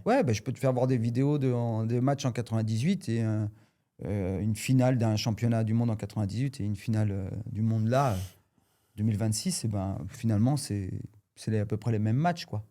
Ça peut y ressembler, quoi. Bien sûr, il y a des matchs très très avancés, mais je peux te faire voir des matchs qui sont géniaux et que ça bougeait déjà dans tous les sens. Tu prends un match de Roleta, c'est hyper technique. Tu regardes, il n'a rien à envier au mec du berimbolo ou des choses comme ça. Tu vas voir, c'est super technique. Et chaque année, chaque époque a sa difficulté. Donc, je ne sais pas s'il faut à chaque fois comparer. C'est sûr que les gars, ils sont super en avance. Mais chaque année, on se fait la même chose. C'est fou, c'est fou. Ça évolue. Oui, ça évolue, bien sûr. Tu regardes du foot il y a 50 ans, ce n'est pas le même. C'est pas le même foot. Il n'y a pas le même. C'est certain, mais le défi était aussi grand. Mais est-ce qu'ils sont meilleurs? encore une fois, c'est toujours la même question. On a mis un Roger Grassi contre un Boucher-Chat pour essayer de répondre à une question comme ça. Bon, est-ce que ça a répondu vraiment à la question ? Non, je ne crois pas. Mais à chaque fois, les techniques, elles changent. Mais ça ne veut pas dire que les techniques que tu faisais avant, elles ne sont pas aussi efficaces maintenant. C'est un renouveau. Parfois, c'est des renouveaux presque. La X-Guard qui est de mon époque, elle est toujours pourrait faire gagner un mec aujourd'hui dans les championnats du monde. Pareil. C'était plus par rapport à la disponibilité du savoir aujourd'hui. Vois, parfois, il y en a trop. Encore si tu es au Brésil, je pense qu'il y a 30 ans ou aujourd'hui, c'est sûr. Tu avais autant de clubs. Déjà, c'est un sport là-bas, c'est comme le foot. Voilà. C'est vrai. Mais chez nous, en France, tu nous as dit c'était compliqué d'engranger du savoir. Là, aujourd'hui, le mec, il a Internet. Ouais, après, il faut bien YouTube, il trouve tout. Encore faut-il qu'il puisse vraiment se l'approprier. C'est ça. Faut qu'il ait strap aussi, c'est important. Strap aussi, bien évidemment. Les gars. Important. Il y a beaucoup de techniques, mais après, il y a beaucoup de contenu, il y en a partout. Donc, est-ce que c'est bien pour toi ? Il faut faire le tri. Parfois, c'est trop. Pour la compétition, parfois, c'est trop. Tu n'as pas besoin d'autant, quoi. Il faut réussir à réduire vraiment l'essentiel. C'est bien de voir quand tu démarres, justement, parce que tu ne sais pas trop où tu vas te diriger. Et effectivement, je trouve qu'au démarrage, avoir un panel un peu large de « Ah tiens, je suis à l'aise là. » De ce qui est possible. Ouais, de ce qui est possible. Non, tu n'es pas d'accord, Solo ? Pour moi, c'est ça ça floute la capacité de progression, parce qu'ils vont voir des choses qui vont les intéresser et qui vont leur plaire, auxquelles ils vont vouloir s'adonner, être prêts alors qu'ils n'ont pas le panel technique dont ils ont besoin avant pour pouvoir arriver à faire cette chose-là. Donc pour moi, c'est une perte de temps. Je me souviens d'une phrase que m'avait dit Mako, il y a des années de ça, je lui disais justement, mais j'ai l'impression que tes cours, certains sont très techniques, peut-être trop. Et tu m'avais dit, mais en fait, si pour celui qui arrive, ça devient naturel, il n'y a pas de trop technique ou de pas technique. Je me souviens que tu m'avais dit ça. Et au final, j'ai l'impression que tu as des mecs qui démarrent avec tu parlais de Berimbolo. Et au final, pour eux, c'est normal de démarrer avec du Berimbolo, tu vois. Ça ne veut pas dire qu'ils ne verront pas les bases, mais parfois, il y a un manque. Ça peut créer un manque. Si c'est peut-être mieux, question de méthodologique, c'est de passer par de la base et arriver après à faire des intermédiaires et avancer. Tu auras un beau jiu-jitsu, sera bien construit, tu comprendras mieux les choses. Mais tu as des mecs, tu leur fais voir un Berimbolo tout de suite, hop, ils le font et c'est sûr qu'il va leur manquer quelque chose, mais peut-être qu'en le faisant, ils vont comprendre, de la base grâce à ça. Tu pourras faire le cheminement inverse. Oui. Moi, je trouve parfois s'il arrive à résoudre ça facilement avec son corps et réussir à le faire, peut-être facilement, il comprendra la base aussi. Mais après, à l'inverse, je comprends aussi Solo, c'est qu'il y a des fois où tu vas te retrouver dans un jeu où le gars, tu te dis finalement, il a juste à avoir une bonne posture et il n'a pas ça. Il lui manque juste une posture, tu vois, pour... des trucs, il y a des trucs un peu basiques, quoi. Voilà, des basiques, mais des lacunes par rapport justement à ces basiques. Être en capacité de faire un Berimbolo, mais ne pas être en capacité d'empêcher la personne de te sweeper. Ouais. Tu vois, c'est... Par exemple, moi, c'est des choses que je vois qui sont un petit peu... je me dis, ça veut dire que si la personne te bloque... tu vas pas savoir sortir de cette position, tu es en dessous, mais tu vas pas pouvoir sweeper la personne. Mais tu peux faire un Berimbolo, et ce Berimbolo-là, où est-ce que tu arrives ? Il va pas te servir si tu déjà tu renverses pas. Oui. Est-ce que tu arrives dans le dos ? Est-ce que tu arrives dans une position plus ou moins dominante avec une demi ? Est-ce que... Donc, Bon, pour répondre à ta question, en tous les cas, ce que je trouve... Après, je vais boire un coup après. Mais non, c'est que maintenant, le travail, il a été un peu mâché, on va dire, par toutes ces années, par les professeurs. Donc, ça va beaucoup plus vite. Oui. Tu proposes déjà, tu leur fais vraiment beaucoup gagner du temps à tous ces gens qui arrivent et qui veulent réussir. On dit, fais comme ci, fais comme ça, c'est les méthodes, tac, tac, tac, on sait ce qui marche, on sait ce qui marche plus. Il n'y a plus rien de magique. Tout a été un peu vu, même maintenant avec le lapel. Parfois, on ressort une technique en te faisant croire que c'est la technique qui va révolutionner le jiu-jitsu, mais non. Non, maintenant, tout est vu et puis... Et c'est ça qui fait que maintenant, ils sont beaucoup plus performants rapidement en France ou à l'étranger. Maintenant, tu as plein d'étrangers qui réussissent à performer contre les Brésiliens et les Américains. Donc, ça, c'est cool. C'est grâce à ça, je pense. Et puis, tu vois beaucoup de choses, Et maintenant, ça te permet aussi d'anticiper ce qui va arriver. Plus t'en sais, mieux c'est, quoi. T'es moins paniqué. Ouais, avant, la différence, c'est que les écoles s'étaient fermées, chacun avait sa technique. Ouais. Oui. Donc, et puis tu pouvais te faire surprendre. Ouais, c'est vrai que Alliance avait une façon de travailler, et ce qui faisait que ils gagnaient. Après, tout le monde a commencé à copier. Après, les mecs, les autres écoles, ils ont pris. Eux-mêmes, ils ont ajouté leur façon de faire. Et voilà, quoi. C'est sûr que chaque école a un peu sa griffe, sa patte, mais principalement, tout le monde sait que pour gagner, il faut à peu près faire toujours ce système. Donc, ça va beaucoup plus vite. Vous pensez quoi des nouvelles un peu méthodes, là, ils appellent ça ecological, où tu travailles plus du concept que juste de la technique? Moi, je trouve ça hyper intéressant. Parce que souvent, c'est bien d'apprendre par cœur. Je mets mon bras là, machin, mais de comprendre le pourquoi et le concept, je trouve ça beaucoup mieux et beaucoup plus rapide pour la progression. C'est que mon avis. Je sais pas si tu vois un peu ce que c'est, ce nouveau truc. Pour tous les mecs, au lieu de montrer, imaginons tu travailles du knee cut, au lieu de te montrer en détail le bras, tu vas plutôt mettre là, te faire ci, il va te parler plutôt de concept, les positions, sentir que tu mets la pression, voir comment est l'autre, tu vois. C'est plus un truc global. Et après, tu peaufines, tu vois ce que je veux dire? Pour moi, la manière que j'ai d'échanger avec les gens, parce que j'estime pas que je sois encore vraiment que dans la transmission pure et dure, c'est vraiment cet aspect-là. Je suis pas juste sur les gestes au millimètre près. Oui, effectivement, il y a ça. Comme on va faire Danner pendant 2 heures et t'expliques pour la main. Tu mets la main, d'accord. Mais déjà, premièrement, il est important que la personne se l'approprie et voit comment ça lui convient dans sa forme de corps et dans sa manière de se positionner. Et puis après, effectivement, souvent, c'est pas juste un mouvement. Je trouve que c'est pas si intéressant que ça. C'est plutôt de montrer ce mouvement. C'est aussi voilà. Comment il se comporte. Et comment lui il se comporte et où est-ce que ça t'amène. Et en fait, je vois toujours ça, moi, comme ce Y où je suis à ce point-là. Il y a cette solution-là. Il y a aussi celle-là. Il peut y en avoir une troisième, mais en général, c'est 2. Et donc, quand il se passe ci, tu peux le prendre de telle manière pour arriver à tel endroit qui, effectivement... Et à chaque fois, c'est plutôt un truc de concept que juste un mouvement. Pour moi. Sans même savoir, tu étais déjà dans ce truc. Non, je fais plus les trucs à l'instinct que vraiment dans le côté académique du... 2 minutes, j'arrive tout de suite. Vas-y. Petite pause, c'est ça Non, j'arrive. Que le côté académique. Vraiment je t'apprends le knee cut, le knee cut, je suis en position au-dessus, je vais me positionner en pression là, tenir la jambe externe ou avoir la main sur... Non, ça, c'est une chose, mais ça va plus pour moi avec un ensemble de... Je pense que voilà, tu as bien dit les choses. Il faut qu'il y ait un principe, le concept, comprendre ça. Dire que c'est pas que un, mais c'est un ensemble avec des formes de corps, par exemple, qui vont t'aider à faire ta technique, mais que tu pourras t'en servir pour faire plein d'autres choses après. Comprendre ça, effectivement, ça c'est bien. Mais si tu veux individualiser après pour chaque personne, là, oui, il faudra faire du Danaher et dire, ah ouais, effectivement, ta main comme ça va te faire le détail, c'est ça qui va faire la différence. Au départ, le concept de la pression, de la distance, tous ces principes de jeu qu'on retrouve, j'appelle ça moi souvent l'essence du jiu-jitsu. Il faut comprendre ça un petit peu. Là, il appelle ça le jiu-jitsu invisible presque, mais c'est ce concept-là.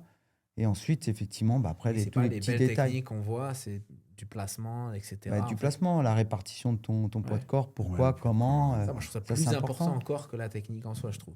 Parfois, tu as la technique, mais tu n'as pas vraiment perçu le principe. Passage, ça va avec. Si tu ne sais pas être stable, etc., tu ne vas jamais pouvoir le travailler. Tu te fais renverser toutes les 20 secondes. C'est vrai. Ils sont complémentaires. Je crois que c'est complémentaire. Tu peux les chemins, tu peux apprendre de la technique et comprendre après le principe, et apprendre le principe et après revenir vers la technique. Je crois que chacun, c'est des méthodes, mais là où tu as raison, c'est sur les principes d'apprentissage. C'est se dire, est-ce que c'est mieux que la personne comprenne, comme tu dis, moi j'assimile mieux comme ça, et de se dire, tiens, il y a un but, il y a un objectif, il y a un but, et si je réussis, je vais le comprendre et je vais le garder dans ma mémoire à long terme. Et d'autres, ça va être l'automatisation. Il va falloir répéter. Ça peut être long, mais chaque personne, c'est des méthodes. Moi, je sais que c'était un peu comme toi. C'était plutôt ça. Il fallait que je comprenne le principe. Et puis après, c'était avant, après. Et après ma technique, je comprenais tout l'ensemble. Et après, il y avait ma technique. Mais ça me permettait de mieux les retenir. Et après, j'arrivais à le travailler de façon presque tout seul. En imagerie mentale, je me faisais la même chose. C'est pareil. Je dupais mon cerveau en disant, voilà, je suis en train de faire la technique, le principe et tout. Mais je ne me fais pas des méthodes d'automatisation, t'imagines ? Si je dois faire 50 fois la clé de bras, 50 fois le triangle, 50 fois le...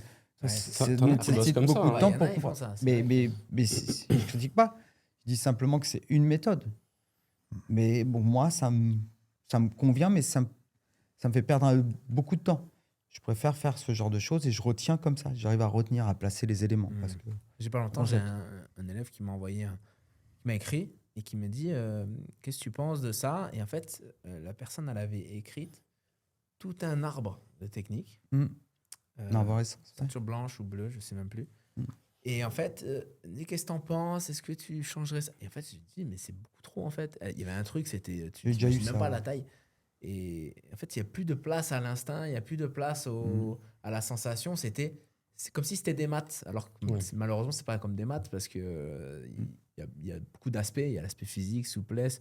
Ce n'est pas les mêmes corps à chaque fois, etc. Bon, bref, il y a quand même un truc général, une ligne que tu suis, évidemment.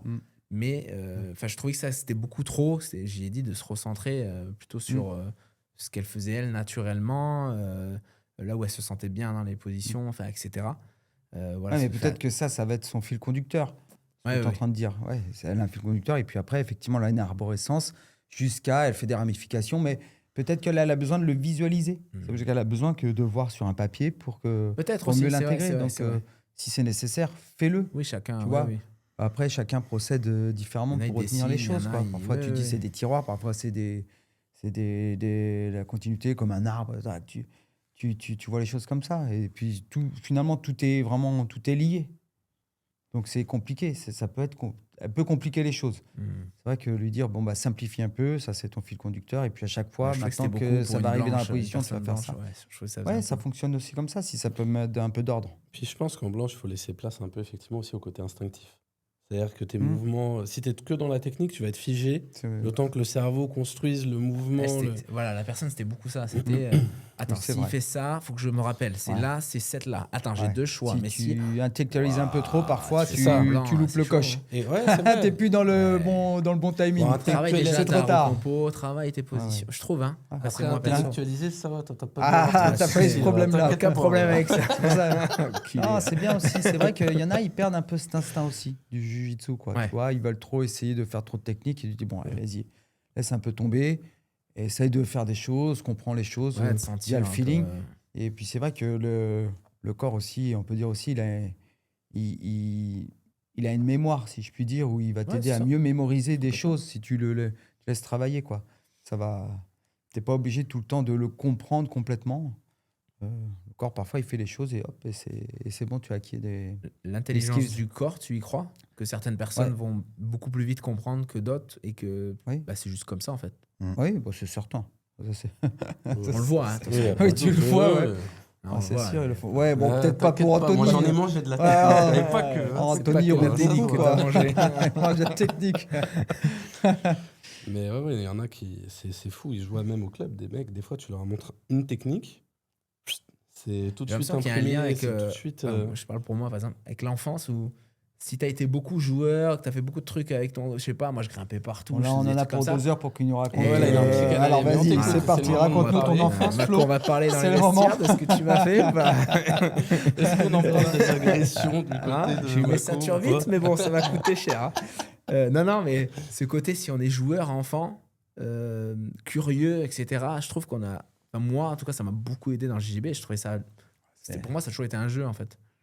Je sais pas si toi, c'est peut-être par rapport aussi à la danse. Il y a eu ce côté où ça te semblait naturel de te relever de cette manière, etc. Je sais pas. Comment tu te sens dans l'espace, ton corps dans l'espace et l'utilisation que tu peux en faire.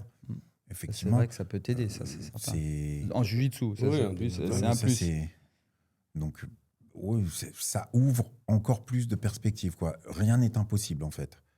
Beau, à partir du moment où moi, en tout cas, je me suis retrouvé à tourner sur la tête ou à tourner sur la main ou apprendre à faire les Thomas, tu vois, les ciseaux Thomas, des trucs de gymnaste, et que tu apprends tout seul et que tu arrives à maîtriser certains trucs.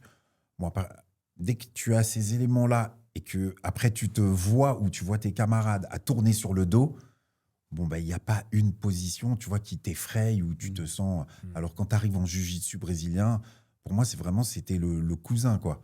Ouais, genre, ça. Il y a beaucoup de danseurs qui se tournent vers... Les gymnastes aussi, ça arrive facilement là-dedans. Tu vois, donc c'est... Les enfants curieux aussi. Les enfants curieux. Mais il joue pas qu'avec des cubes, lui, je te le dis. Un peu trop curieux. T'inquiète pas qu'il joue avec autre chose que des cubes. C'est comme ça, les gars. J'ai encore les points de suture. Les Français vont-ils finir par gagner des titres en black belt adulte, noir? Est-ce qu'on va finir par y arriver? Moi, j'y crois pas. Comment? Moi, j'y crois, clairement. Alors, est-ce que... Ouais, alors, moi aussi, évidemment. Mais c'est juste, est-ce que, par exemple, dans les 5 prochaines années, on peut avoir quelqu'un? Est-ce qu'il va falloir attendre un peu parce qu'on est encore un peu en retard? Tout est possible, moi, je pense, pour le coup, j'y crois. Là, on a un Younes qui fait 3 World marron. En marron. Après, on a déjà eu un champion du monde. On a déjà eu un champion du monde en marron. On a eu, il me semble, au violette ou marron, Julien Da Silva, qui avait fait aussi champion du monde, il me semble. C'est vrai. Donc, oui. Ça dépend de la personne, son investissement. Il y a encore un gap. Il y a quand même encore une différence. Et puis surtout, après, c'est dans les écuries que ça se passe, quoi. Et puis, la professionnalisation de la discipline en France, c'est un peu ça le problème. C'est pour trouver des professionnels, trouver des partenaires d'entraînement professionnels. Vivre sans te soucier de... Ouais, c'est ça. Il faut que tu sois libre de tout ça et puis pouvoir t'entraîner à 2000%. Ouais, mais ça en fait partie. Je suis pas d'accord. Réussir sans que autour de toi tu aies des conditions favorables. Ouais, tu penses qu'un mec qui bosse, peut-être, un mec qui bosse 7 heures, la performance à haut niveau, champion du monde, ceinture noire. On va redescendre juste un petit peu par rapport à ça. Tu vois qu'un gars comme Nico, parce que je vais pas me prendre moi comme exemple, mais Nico de Nicolas Marchand. Ouais, voilà. De Amazonia. Voilà. Qui quand même fait argent au World Master et en KT et or en absolute. On est juste en dessous, quoi. Moi, je pense qu'en adulte, on n'est pas à l'abri qu'il y ait quelqu'un dans les 3 voire 4 années à venir qui fasse vraiment un podium et de manière... Il y a aussi significatif. Il y a un monsieur dont j'ai oublié le nom, mais je crois qu'il s'appelle Thomas, qui était ceinture violette, qui a gagné les World Masters en violette et qui fait aussi, je crois, un podium en marron. En marron. Mais quand je le vois, je me dis, lui, si dans son club d'entraînement, il a 1 ou 2 partenaires qui ont 4-5 ans de moins que lui, c'est des gens qui vont, grâce à lui, être en capacité d'atteindre cet endroit-là. Tu penses qu'il y a besoin quand même dans le club qu'il y ait au moins une personne à un certain niveau? Peut-être pas obligatoirement dans le club, parce que Nicolas Marchand, lui, qu'est-ce qu'il fait? C'est qu'il va en Amazonie avant les grosses compétitions, et puis il vient à la compétition. Donc, s'il va tourner... Comme entraînement, il se fait un camp en Amazonie pendant un certain laps de temps, et puis il arrive à performer. Moi, je pense que, par exemple, Benjeloul, j'ai oublié son nom, le jeune en ceinture marron, là. Younes.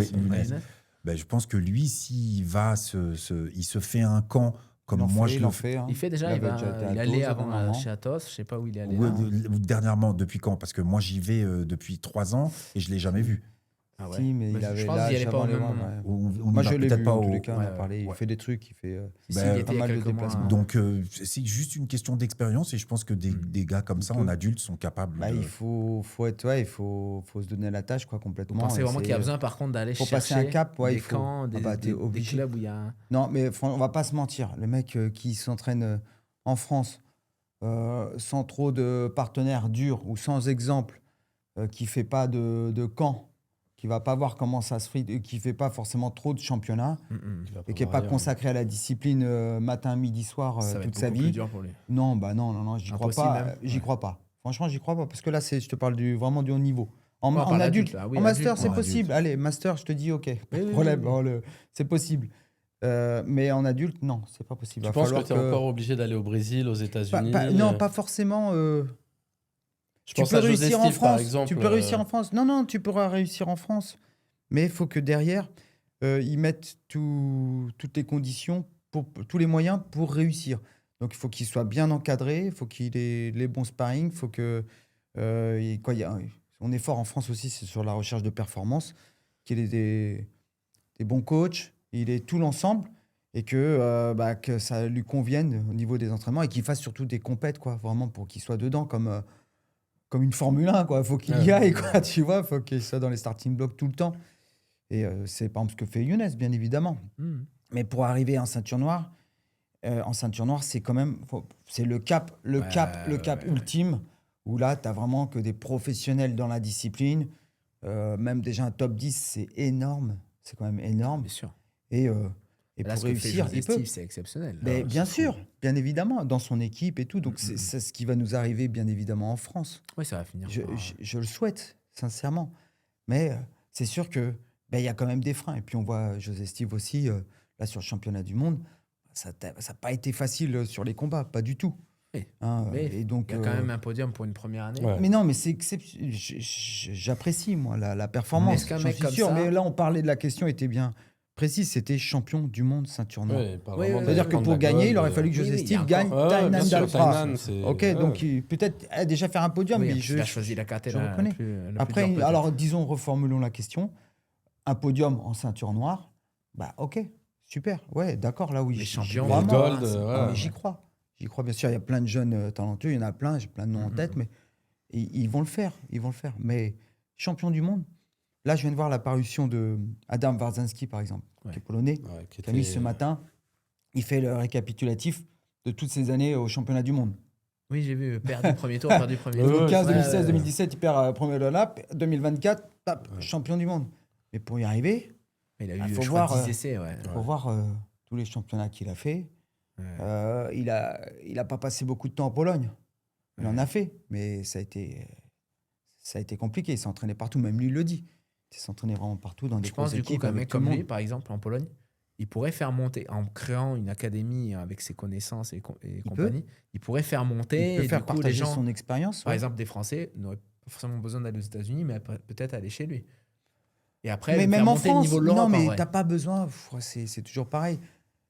Tu peux avoir un bon coach qui peut te faire devenir champion du monde. Il n'est pas obligé d'être lui champion du monde pour que tu sois champion du monde. Bien sûr. Maintenant, on a des exemples, mais c'est comme si tu me disais que le coach de Mike Tyson, fallait qu'il soit plus fort que Mike Tyson pour qu'il réussisse. C'est pas possible. Donc, et pourtant, le mec, il a 80 ans, il a fait devenir un champion du monde. Non, c'est pas ça le vrai truc. Mais il peut faire profiter de son expérience. Oui, en Pologne, ils ont un vrai niveau et ce serait pas étonnant qu'il y ait des champions du monde. Là, c'est surtout en nogi maintenant, mais ils tiennent tête aux meilleurs. En Europe, on tient tête aux meilleurs en nogi maintenant. Il commence à y avoir du sparring solide quand même. Il y en a. Mais là, vraiment, la question est spécifique sur le jiu-jitsu brésilien en kimono, là, principalement. Oui.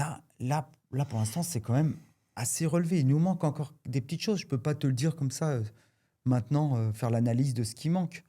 Mais j'ai espoir qu'effectivement, dans les 5 ans, on puisse y arriver. Et ce ne serait pas impossible. Mais si la personne veut réussir, il va falloir se donner à la tâche. C'est l'environnement. Je pense que il faut, ça va être tout. Ça sera tout un ensemble. S'il veut réussir en restant en France, en restant qu'en France, pour l'instant, c'est trop. Il va falloir quand même qu'il mette beaucoup de choses à disposition pour réussir. Ça, c'est peut-être dans un futur, il y aura des endroits en France comme le son Athos, Aoji et compagnie, où les gens viennent, ce truc-là, ou Alliance, vers Lyon, là, unique. Oui. L'école, c'est vrai. Avec la SFJB, c'est intéressant, c'est des bonnes écoles. C'est un futur pôle de champion, c'est sûr. Ça commence. C'est même pas futur, ils sont déjà. Alors je sais pas quel est leur plus haut grade, mais. Oui, mais après la difficulté, c'est là pour l'instant on est sur des ceintures de couleur. Oui. Tu vois qu'ils réussissent, mais il y a des clubs indépendants qui réussissent aussi. Donc ça signifie que maintenant, la vraie question, ça va être sur en ceinture noire. C'est ça la vraie question. De toute façon, oui, c'est la ceinture noire. C'est ça dont il est question. C'est le Graal. Ouais, c'est le Graal. Tout le monde parle de ça. Tu as vu le tableau des nationalités. Je parle de la France, mais en vrai, à part États-Unis, Brésil. Ou l'inverse, je sais, Brésil, États-Unis. Et après, derrière, il y a une, c'est Maroc, c'est Saïf. Alors, il y a Saïf. Après, en garçon, on parle pas des filles, mais bon, bien sûr, Laurence l'a fait. Donc là, respect, c'est certain. Oui, excusez-moi. Mais il faut encore une fois redonner quelques détails à la question, mais c'est surtout là, chez les adultes masculins. Garçon, voilà. Mais, un gros respect ça a été fait. Ce qu'il a fait, c'était fou. Mais tu vois, il combat pas. Enfin, bref. Mais c'est le seul drapeau en Ouais, adulte dehors, machin qui a fait l'or, qui n'est pas brésilien ou américain. C'est fou que ça soit encore concentré. Tu vois, qu'ils aient autant d'avance, j'ai l'impression, sur nous, quoi. Alors moi, pour le coup, je pense trouve pas qu'on a des gars qui leur tiennent tête. Ce que disait Mako, je pense que des fois, ça va changer peut-être là dans peu de temps, finalement. Il y a peut-être ces petits détails. Qu'il y ait plein de drapeaux sur les finalistes. Je rejoins un peu tout d'un coup ce que disait Olivier, c'est que moi, il me semble plutôt que le développement et l'entourage des athlètes de manière un petit peu individuelle n'est pas propice à ça. Il y a un truc, il manque vraiment le fait d'avoir le bon coach, mais aussi d'avoir les bons partenaires d'entraînement et d'avoir les bonnes méthodes d'entraînement qui amènent à... Il y a beaucoup de choses, moi, que... J'ai centre de formation, ouais. Quand tu vas... moi, je vais chez Atos après avoir fait un stage avec Josh Inger, où j'ai fait les Europes après avoir fait le stage. Je vois comment je me suis comporté pendant les Europes. Je me dis, l'été qui suit, c'est le jour et la nuit. Ah ouais? Juste, j'ai passé... Non, 5 semaines. 5 semaines. J'ai fait 5 semaines à 2 heures par jour avec Josh Inger. La méthode d'entraînement, j'ai fait, ah ouais, d'accord. Je suis arrivé, c'est simple. J'ai gagné ma KT et je perds la finale de l'Absolute à la décision. Contre un gars qui fait 110 kilos, 1 mètre... T'as quoi contre les mecs de 110 kilos Non, il allait dire quelque chose. Il allait dire 2 mètres, le mec. Il n'avait pas dit 1m70, 100 kilos. Oh putain, ça tire à balles réelles. Ça tire à balles réelles. C'est rond. Mais je peux rien dire. C'est le problème. Ce que j'ai découvert en allant chez Atos, que donc utilisait Josh Inger, c'est les méthodes d'entraînement aussi qui te permettent d'arriver à ce truc-là. En plus d'avoir les partenaires et de... Quand je fais un camp ici de 5 semaines où il y a quasiment, il n'y a pas de ceinture noire ou très peu, et le niveau de conditionnement n'est pas du tout le même. Quand j'arrive chez Atos, je vois tout de suite la différence. C'est sûr que tu es dans le bouillon tout de suite, quoi. Tu vois, il n'y a pas de match facile. Tu as dit un truc intéressant, c'est que ce camp, il était en France. Le premier que j'ai fait, il était en France. Ouais, il avait été organisé en France. Ouais. Donc en fait, si on s'organise entre il faut être solidaire entre Français, à peut-être monter des camps à certains endroits de France. Alors, on pourrait, je dirais oui, mais j'ai le sentiment, après, ça ne sera pas suffisant. Voilà, et qu'il y a un côté... toute l'année, quoi. Là, il faut être dédié à la... Ça pour réussir, et dans la méthode d'entraînement que les mecs mettent en place dans l'avant-compète, et effectivement, comme il dit, toute l'année, et puis l'avant-compète, en fait, c'est juste un affinage. Mais moi, quand j'arrive, par exemple, au début du mois d'août, qu'on combat début septembre, mais qu'en même temps, ils ont la DCC, et ainsi de suite, je vois le cours compétition et je vois ce qu'on fait en gi et en no-gi. Tout ça pour dire que comment les mecs se préparent, sur la fin, c'est... Moi, j'étais comme ça, je me disais, mais comment ils font pour tenir? Ah ouais. Ouais. Physiquement? Oui. Grosse cadence. Grosse cadence tous les jours. Et en plus, j'ai une petite idée, mais bon... que des mecs qui sont... Pareil, fais voir, toi. Moi, ça se voit. T'inquiète pas. Ah, c'était ça ton dernier séjour en Thaïlande, alors. Ouais, pardon. Je suis allé. Lady boy. C'était pour autre chose, la Thaïlande. Mais enfin, on en parlera. Mais oui, il faut qu'il y ait tout... C'est vraiment beaucoup de choses. L'environnement, l'entraînement... Le coach, la méthode d'entraînement, les partenaires, et aussi ce que le coach je ne vais pas dire vous impose, mais vous... C'est sûr. C'est sûr que si tu es tout seul à te faire ton propre planning... Qui fait de la prépa, qui n'en fait pas, vous êtes à combien? Oui. Ouais, les grosses équipes font ça ensemble. Faudrait appliquer ça au JJB ici. Et puis ils ont leur coach dédié qui est au club. Et puis pour chaque truc... dans les autres sports, donc on peut réussir. Oui. En jiu-jitsu, mais c'est sûr qu'il faut l'envisager de la même façon. Tu as un coach de lutte qui est là. Et qu'avoir en judo, on est des monstres. Pourquoi pas y arriver, tu vois? Oui, mais après, notre fédération, je pense aussi. Les fédérations, elles travaillent pour. On a de plus en plus c'est de certain, pépites, les fédérations, elles travaillent pour. Là, c'est en train de se faire. Donc, c'est pour ça que je te dis, dans quelques années, pourquoi pas. Mais c'est sûr que même si les fédés font quelque chose, derrière, il faut que la personne soit investie à À 1000%, quoi, c'est certain. Il faut trouver quelqu'un qui veut faire que ça, quoi, c'est certain. Ça fait penser à Nicolas Haute, d'ailleurs, qui avait fait aussi une sorte de pôle où il veut regrouper... Il est en train de... Ça va bientôt ouvrir normalement sa salle, là, il m'avait dit. Et ça va être exactement une sorte de centre de formation. Parce on attend Mako, la même chose avec le JJB. Mais ça serait... il va regrouper bien évidemment. Les malins, ils s'entourent des... Voilà, le meilleur pour le sol, le meilleur pour la boxe, machin. Et chacun s'occupe... Bien sûr. Après, c'est sûr qu'il y a un vivier au Brésil, hein, quand on y va, c'est certain. Aux États-Unis, au Brésil, c'est n'importe quoi. Et aux États-Unis, c'est pareil. Donc forcément, t'en as plein des jeunes qui veulent s'en sortir comme ça et qui sont prêts à donner leur vie pour ça. Ça aussi. Alors du coup, c'est facile. T'arrives, bon, allez, t'es là demain matin avec 10 autres qui sont morts de faim. Ouais, voilà. C'est cool, bon, c'est entraînant. C'est ça, c'est entraînant. Le truc là, de t'arrives, bon, demain, cours compète, on est 2. Ok, super. 3, 4, ok, bon, on va y aller doucement. Toi, t'es blessé, toi, si, toi, t'as... Il y a plein de contraintes. Donc, c'est certain.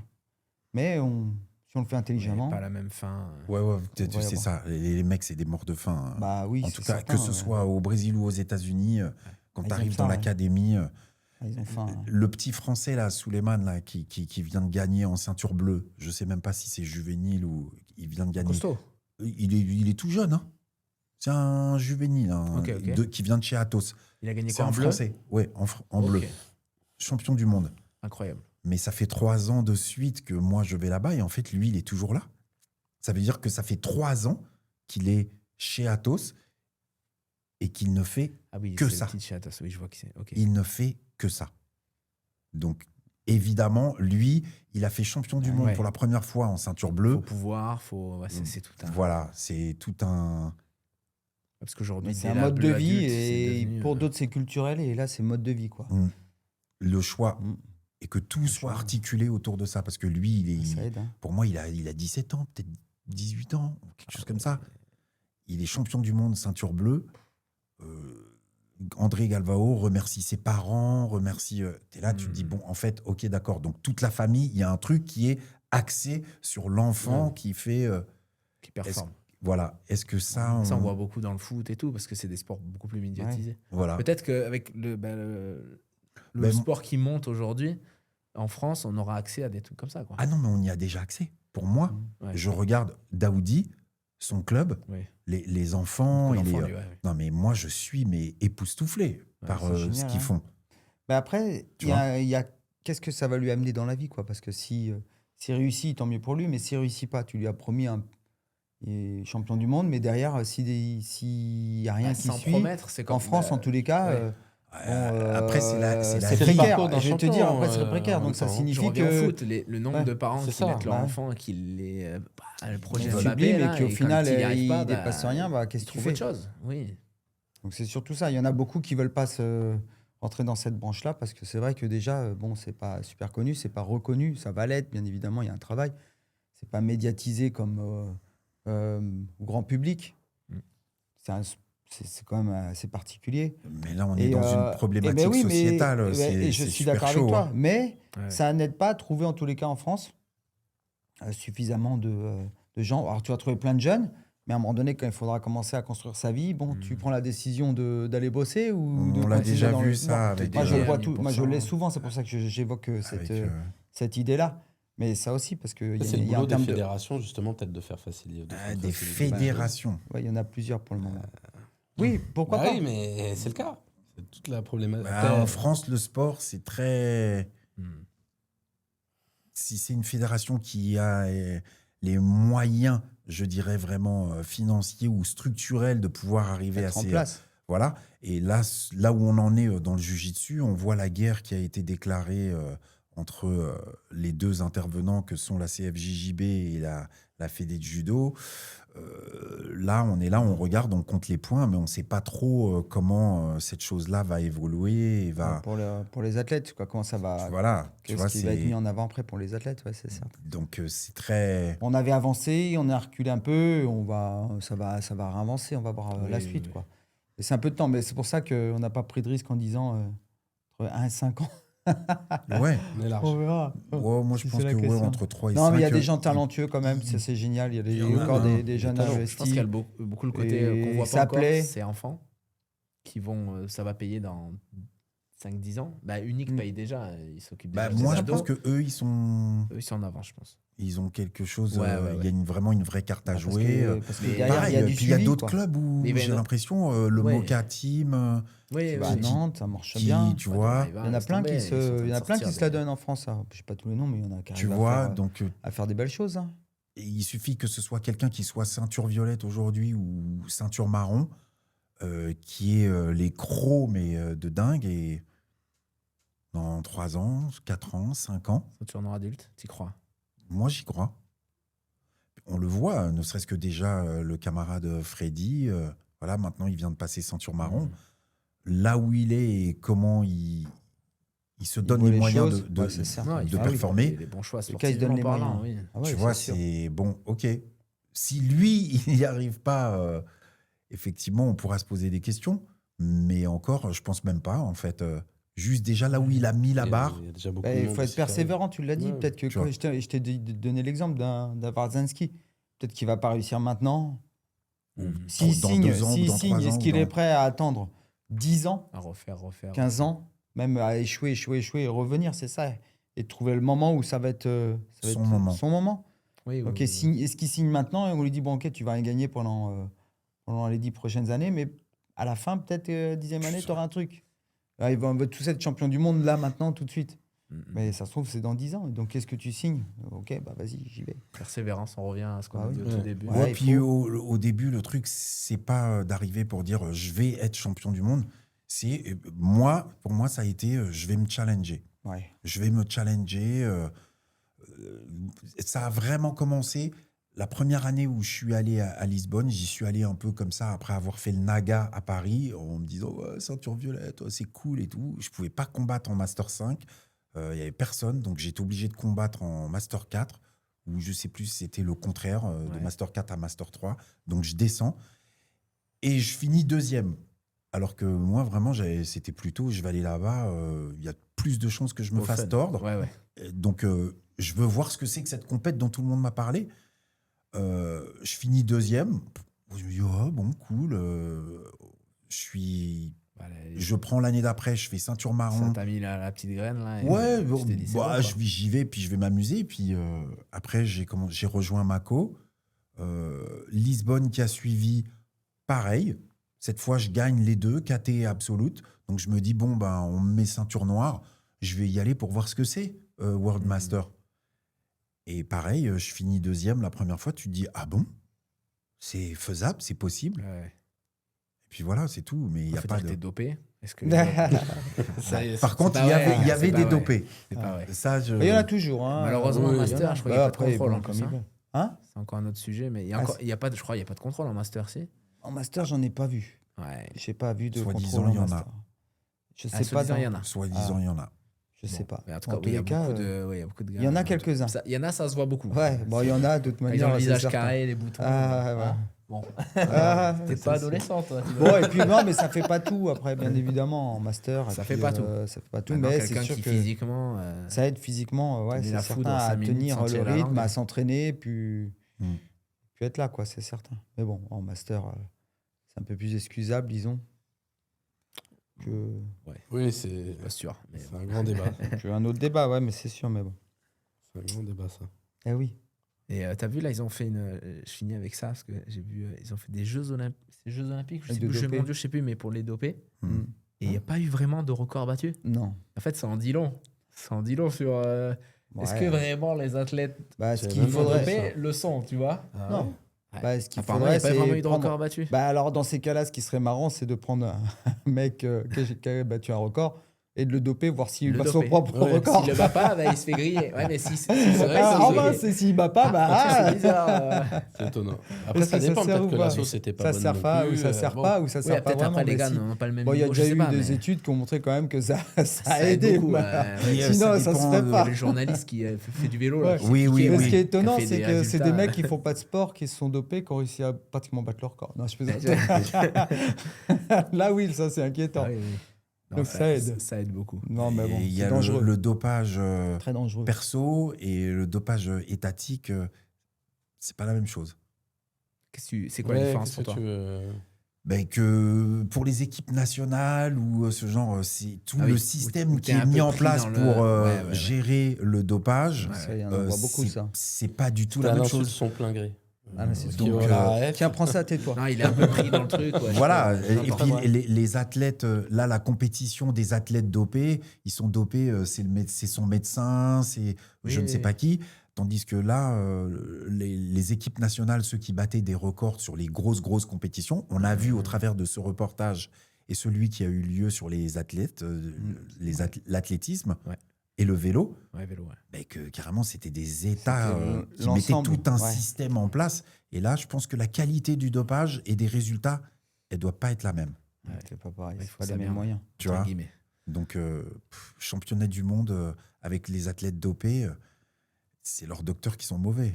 Et puis déjà, comment tu vas signer ça? Enfin, je veux dire, même d'un point de vue éthique, j'ai gagné les France dopé. Ça sonne pas pareil quand même, tu vois. Ouais, mais ils ont fait ça pour le mode spectacle, quoi. Ouais. Et finalement, il n'y a pas eu vraiment de... Et qui est-ce qui les a... Je crois qu'ils étaient soutenus politiquement parlant. Peut-être, je sais plus, je crois qu'il y a un truc très... C'est aux États-Unis, je crois. Oui. Je me demande d'ailleurs même si c'est pas le président. Avais-tu besoin de préciser? C'est dire, allez les gars, on va se doper. C'est drôle, en vrai, c'est drôle. Le show. Bon, merci les gars, on a déjà fait nos 2 heures, c'est passé super vite. Merci Mako, merci Solo, c'était super intéressant. J'espère que vous avez passé un bon moment. Merci Anto. Merci à ton entreprise et à toi-même, Gestion Locative Plus, pour le sponsoring de cette émission. Si des gens ont besoin de louer, acheter, trouver une location, faire louer, etc., je mets les renseignements dans la description. Vous pouvez trouver ça. Merci les gars, merci tout le monde. On pense à liker, s'abonner, commenter et compagnie. Et à bientôt les gars.